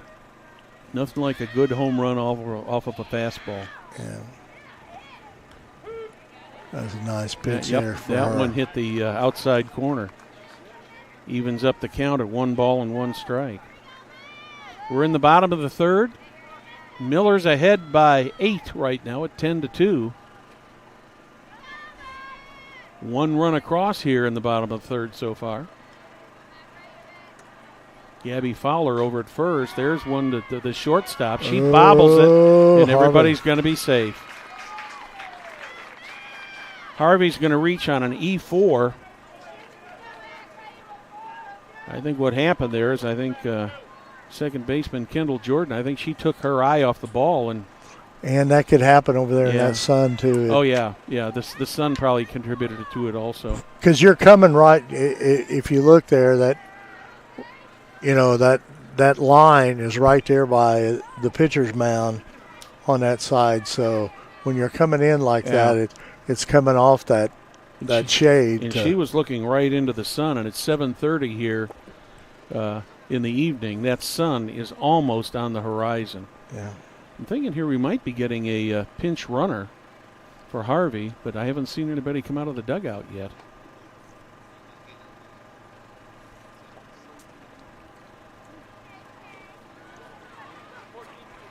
Something has changed here. Maybe we got a pinch hitter.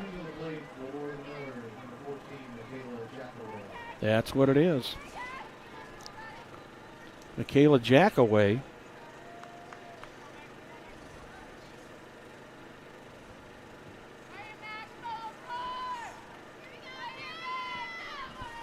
She'll be a pinch hitter for the right fielder Clark.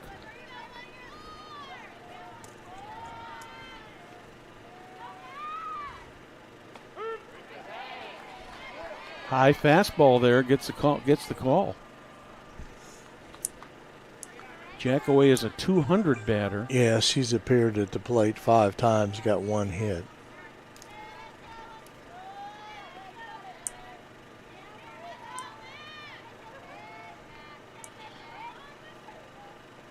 McNeil's got thrown 21 pitches here.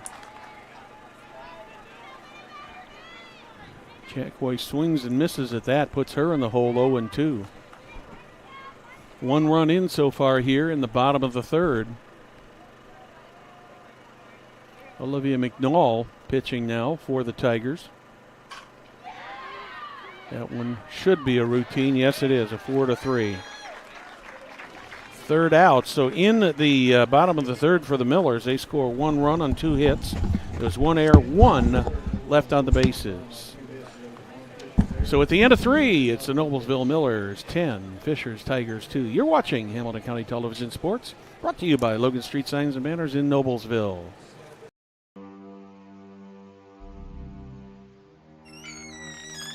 Can I help you? Yeah, I'm looking for Logan Street Signs and Banners. You found us. But this ain't Logan Street. This is South 10th. We moved 22 years ago. Well, how come you didn't change the name? That would have just confused people. Well, actually, South 10th is Allisonville. If you're from Fishers. Well, before that it was 37A, and before that it was State Road 37. So you're telling me that Logan Street Signs and Banners isn't on Logan Street anymore? It's actually on South 10th. That's Allisonville and Fishers. And before that it was 37A and 37? So you got that straight? Logan Street Signs and Banners conveniently not located on Logan Street, but rather South 10th Street in Noblesville. Exactly. Welcome back to Noblesville Softball on Hamilton County Television. We are through 3 So far, it's been almost all Millers at 10-0. A couple big innings in the first and second for the Millers, Perry. And third, they struggled a little bit at the bat, but they did manage to get one across. But they've got an 8-run lead going in here into the top of the fourth.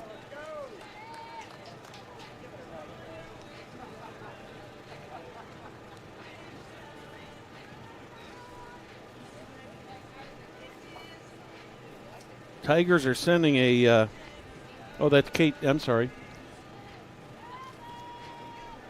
That is Olivia McNall, who will bat for herself.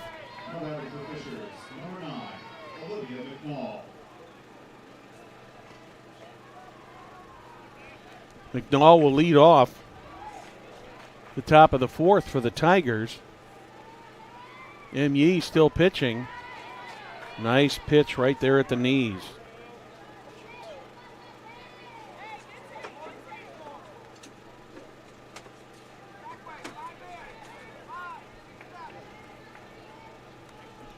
Owen won the count. That one's a little bit high and outside. Evens it up at 1 ball and a strike.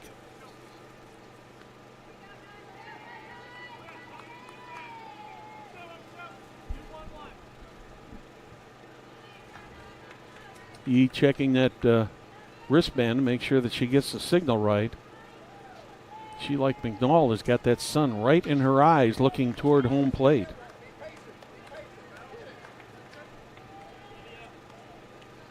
Game is about an hour and a half old, and we're just in the top of the fourth.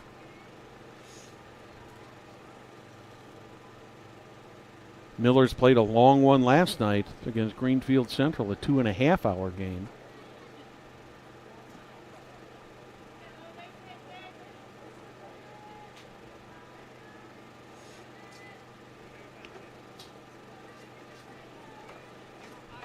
One ball and 2 strikes to the pitcher, Olivia McNall.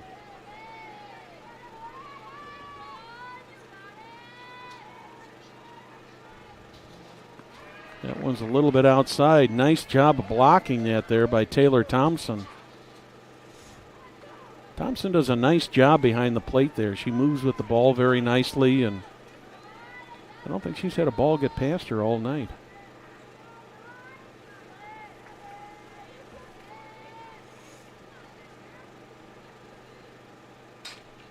There's a pop-up. Tatum Ball is there. She's got it. So Olivia McNall is retired on a pop-up to the shortstop.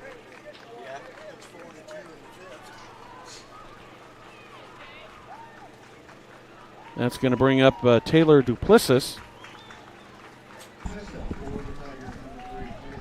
First baser.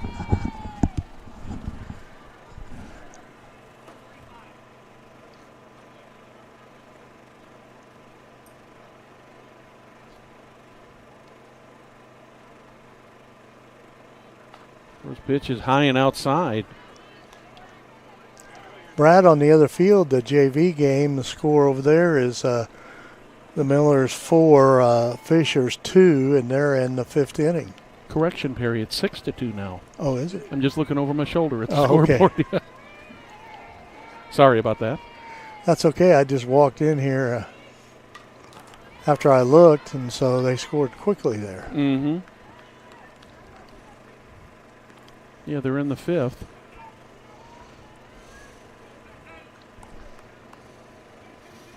One ball, 1 strike on Taylor Duplessis.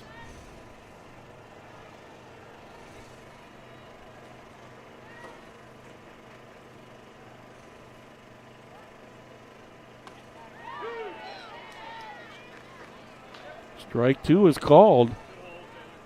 Just hit that inside corner of the plate about belt high.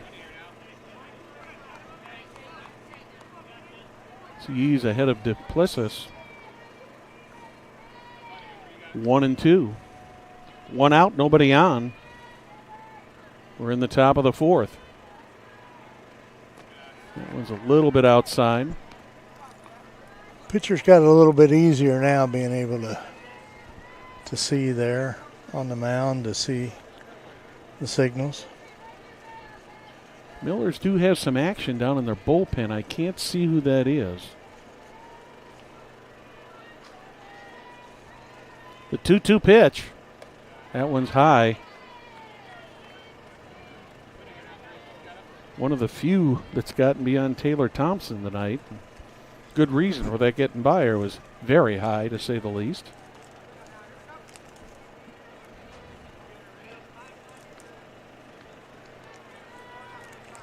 Full count.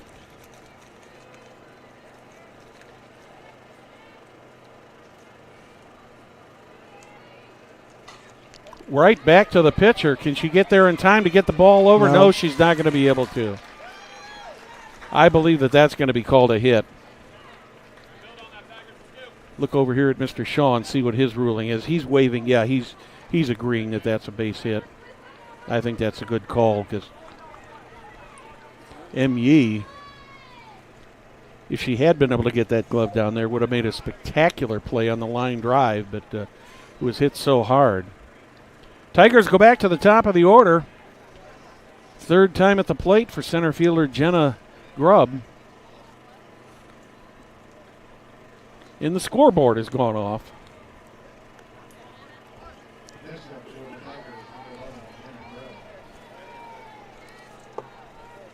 Where's Andrew when you need him, right? Oh, he's right down here from us. Ground ball to second, over to second for one. Yeah. Cannot make the double play. Nice play there, though, by Bella Shatko to grab that. And Tatum Ball made the force out at second for the second out. And Jenna Grubb will reach officially on a fielder's choice. That'll bring up left fielder Haley Trueblood. Now the scoreboard is back.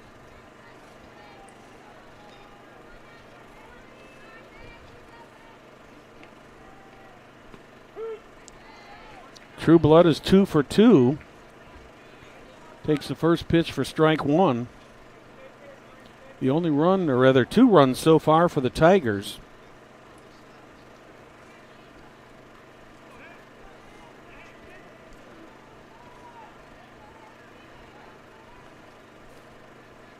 The 0-1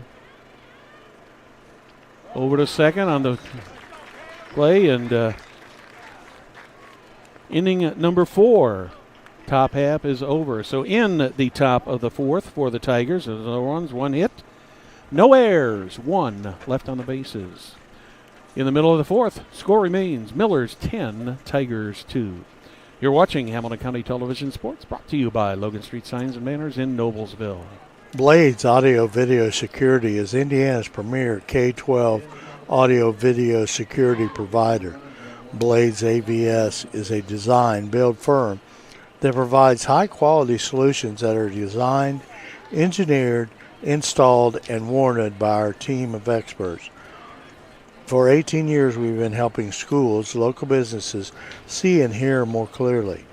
We've added securing your facilities to how we can serve you. So whether it is a sound system, your displays, your network, or your building security, ask our experienced Blades Audio Video security team can serve your business. Baston Solutions. Want to be a part of a cutting-edge business? Baston Solution is hiring. Voted one of the best places to work in Indiana. We are a growing team making an impact in the community and the world. Toyota Advanced Logistics employees. We are recruiting a corporate headquarters in Carmel and our manufacturing facilities in Westfield and Greenfield. Apply at bastonsolutions.com. Bottom of the 4th, Millers come to bat. Taylor Thompson steps up for her third at bat. Has a base hit, reached on an error in the second, also scored in the second. Takes the first pitch for ball 1.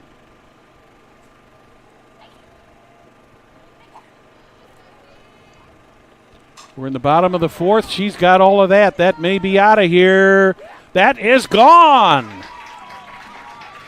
Taylor Thompson with a towering home run just inside the left field foul pole. Nice home run. Yeah, that ball was well hit, and that ball was hit as high as I've seen a home run ball hit in a long time. I don't think there was any doubt about that going out of the field. I think it was just a matter of how far it was going to go. So the Millers here in the bottom of the fourth. That's the first home run of the season for senior Taylor Thompson. Bella Shatko is going to step in. 1 for 2 in the game so far with a double in the second. And almost all Millers this afternoon. Kate Murray had a home run for the Tigers in the second inning.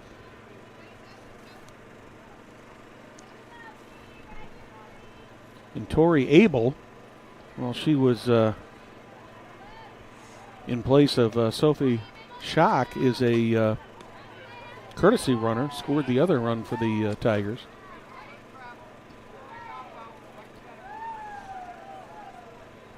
Miller's looking at the possibility of a 10-run rule here, Perry. They're 1 run away from that right now, if they could hold the Tigers in the top of the fifth.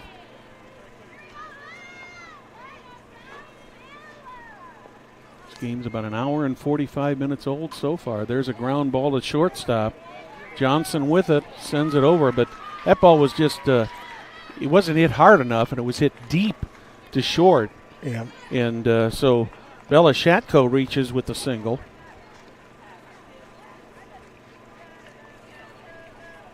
Ten hits now for the Millers.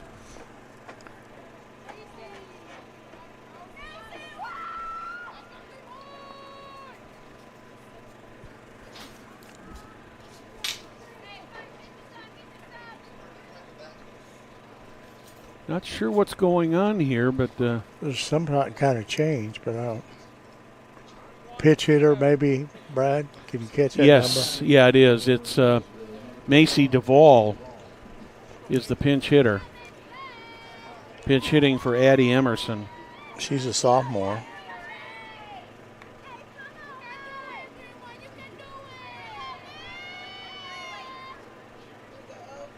Duvall was in as a courtesy runner early in the game.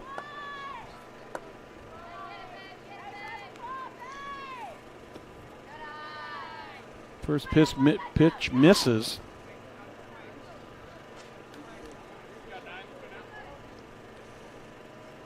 Duvall, so far this season. This is her first at bat. Yeah, I was going to say it's her first at bat. She has no record of an at bat. She's run and scored a run, but. Swing and a miss. That one gets away. Will there be a play at second? I think she dropped it. I don't think she held on to it long enough to. No. Yeah.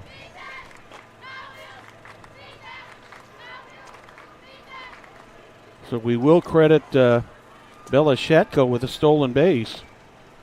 Shatko is in scoring position.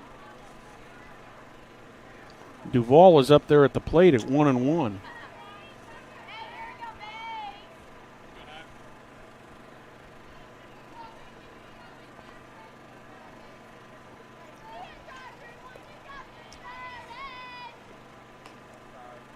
That one misses. 2 balls and a strike.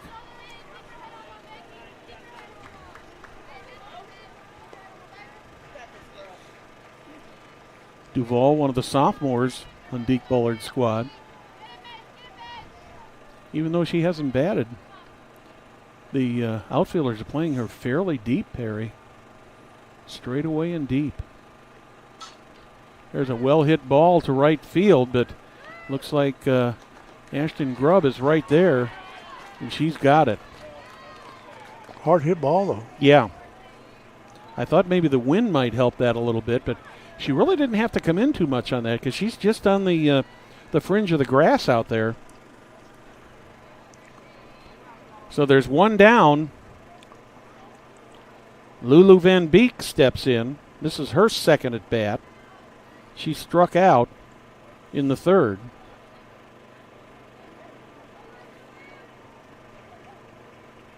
Bella Shatko on second. Lulu Van Beek ready to step in. facing freshman Olivia McNall.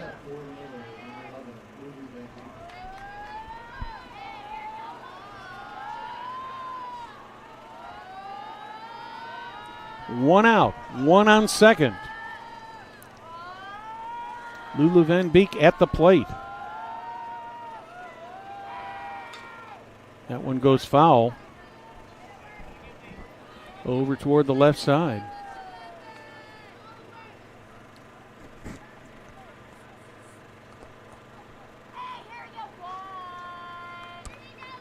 I think what the Tiger defense is looking at now, Perry, is they're playing fairly deep. I think what they're trying to avoid is a ball over their heads. That one goes a little bit outside, evens up the count, 1 ball and 1 strike.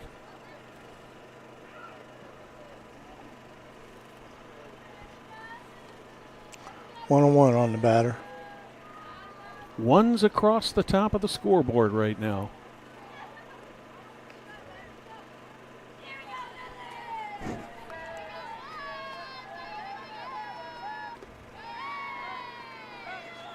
Well, Perry, you got to tell me if you're still in withdrawal without Matthew playing baseball this year. Well, last week I went with the Miller boys down south to Tennessee to watch him play, so I haven't been too bad yet. Yeah, that's a tough one when a kid or a grandkid finishes their career and watching them all those years and that. It's going to make it 3-1 now on Lulu Van Beek. 3-1 on Van Beek. Miller's looking to put the 12th run on the board. And the possibility of being able to end this in the top of the 5th on a 10-run rule.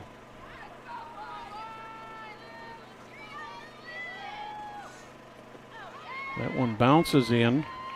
Van Beek draws the walk. So runners on first and second, back to the top of the order. Delaney Rundle. This is just who Deke Bullard wants to have in that batter's box right now, Perry. Yeah, she's hot. Yeah, she's 2 for 2. She's already scored 3 runs. She walked in the second. 2 stolen bases already. Plus, she's done a pretty good job defensively out there in center field tonight.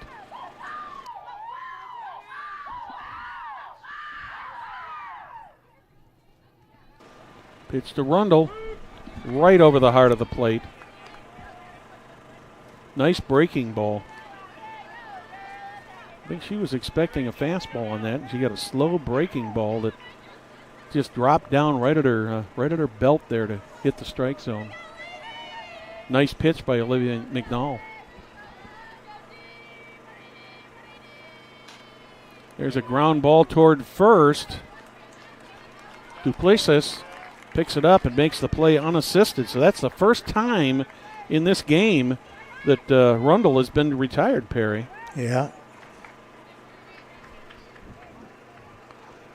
2 outs now. Runners on second and third. Ree Schoholm steps up. She's 1 for 3. Base hit and a stolen base in the second. Scored in the second also. That one gets away. Oh, boy. Yeah. Didn't get, I don't think. No, she couldn't have made it. It just didn't get quite far enough. Had that ball gotten back toward the wall there. Yeah, she'd have been coming. Yeah, I got to believe that Shatko would have been able to score, but good bit of base running on her part. Good bit of coaching over there at third base, too. I'm sure that third base coach was helping her out. Yeah, Larry DeSalvo is probably one of the top coaches over there at third. He's been doing it for a long time for the Millers. I think he told me today since 2010. 1-0 on Schoholm. Swings and just barely gets a piece of that. Lots of red and lots of black here in the stands today. Yeah. Good crowd. Yeah, nice crowd for a beautiful evening. Yeah, for a beautiful weeknight evening.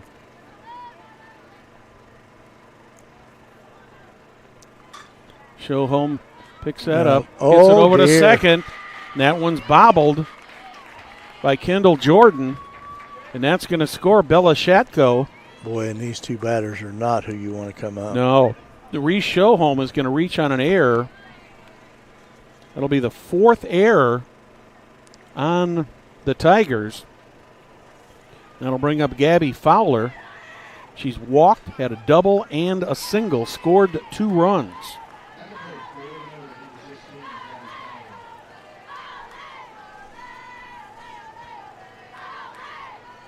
Runners at the corners. Fowler swings at that one. Speaking of the third base coach, he had to get out of the way. Yeah, he had to do. I couldn't. When I looked over there, I couldn't tell whether it hit him or not. But boy, it was awful close. That's Jordan's second error here in the ball game today.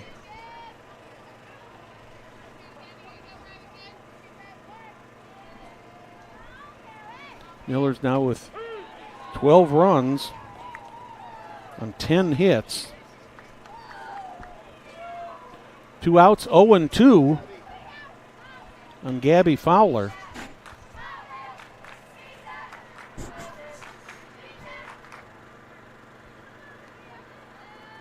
Tigers want this out here real bad, Perry. Fowler runs that one. That's going to score 2. And on the play, Fowler ends up on the throw going to second. So Fowler will get credit for a single. 2 runs batted in. She ends up on second base on the throw. And Reese Showhome and Lulu Van Beek both score. Mac Harvey comes up.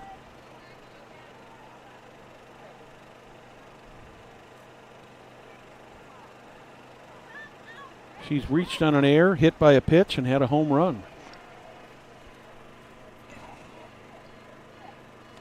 Swing and a miss. Brad, check it on that Fowler's hit there because they gave her a hit on Game Changer, so it shows she's 3 for 3. Yeah, that did I say? Yeah, she is 3 for 3. I'm sorry. Okay.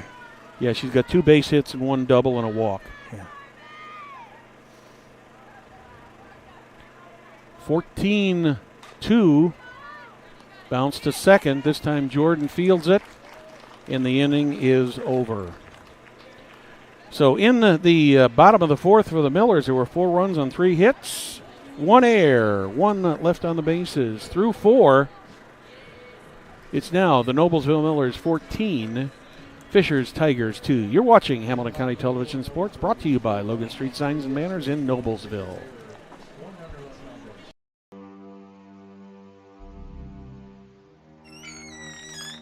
Can I help you?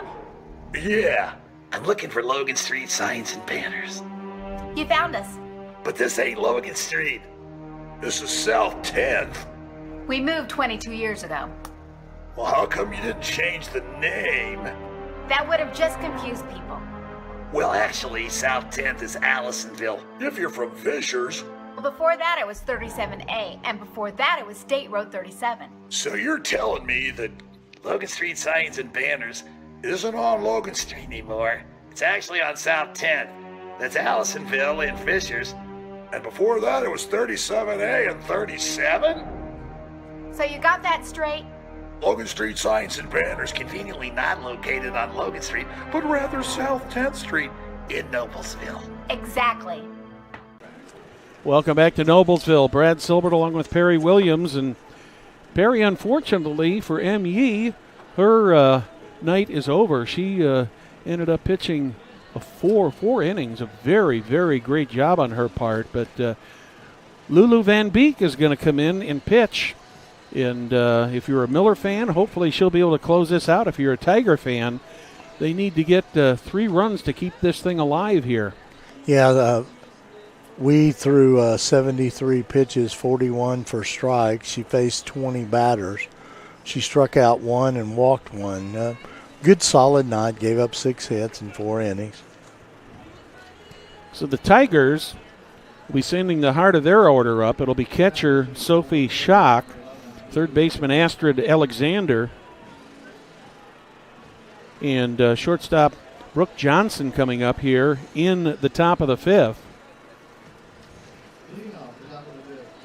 Van Beek has pitched 8.2 innings so far this season, giving up 12 hits and 9 runs, struck out 5. Foul ball off to the right side. I believe that's the only change I can see out there right now is Van Beek on the mound.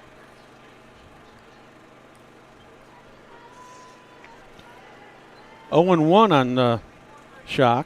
Reached on a fielder's choice, flew out to left field.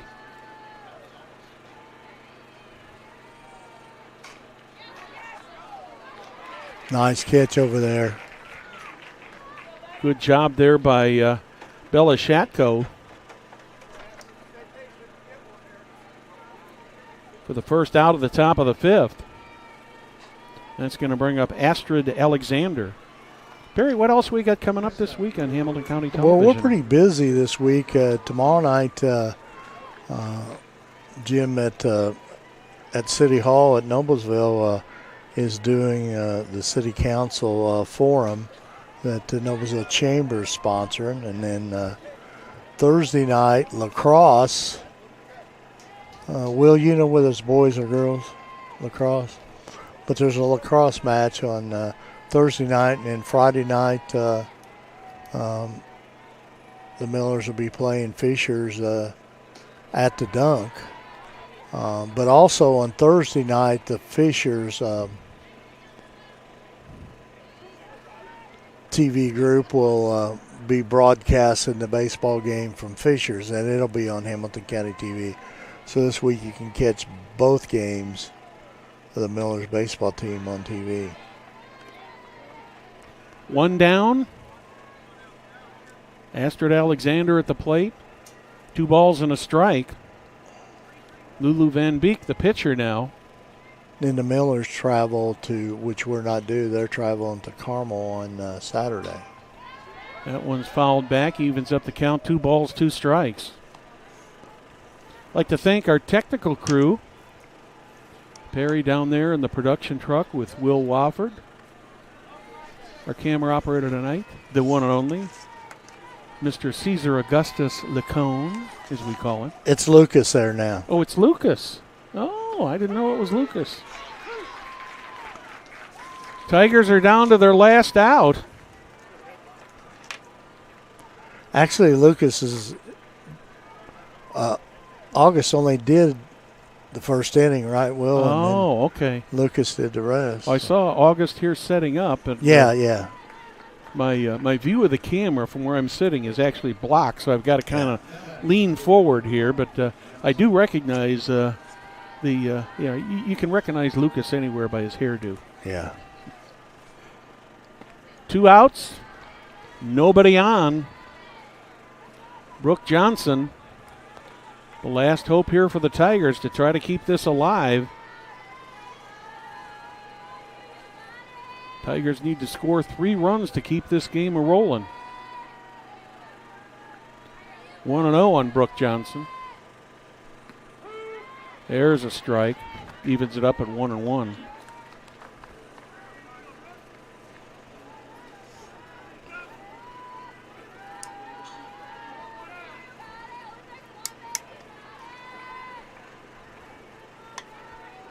The 1-1 on the way from Van Beek. That's fouled. 1-2.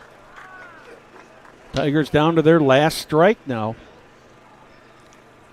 Well, Brad, the one thing in talking to the coaches before the ball game, their concern was that they felt like the Millers were still on spring break last night in that ball game. Yeah.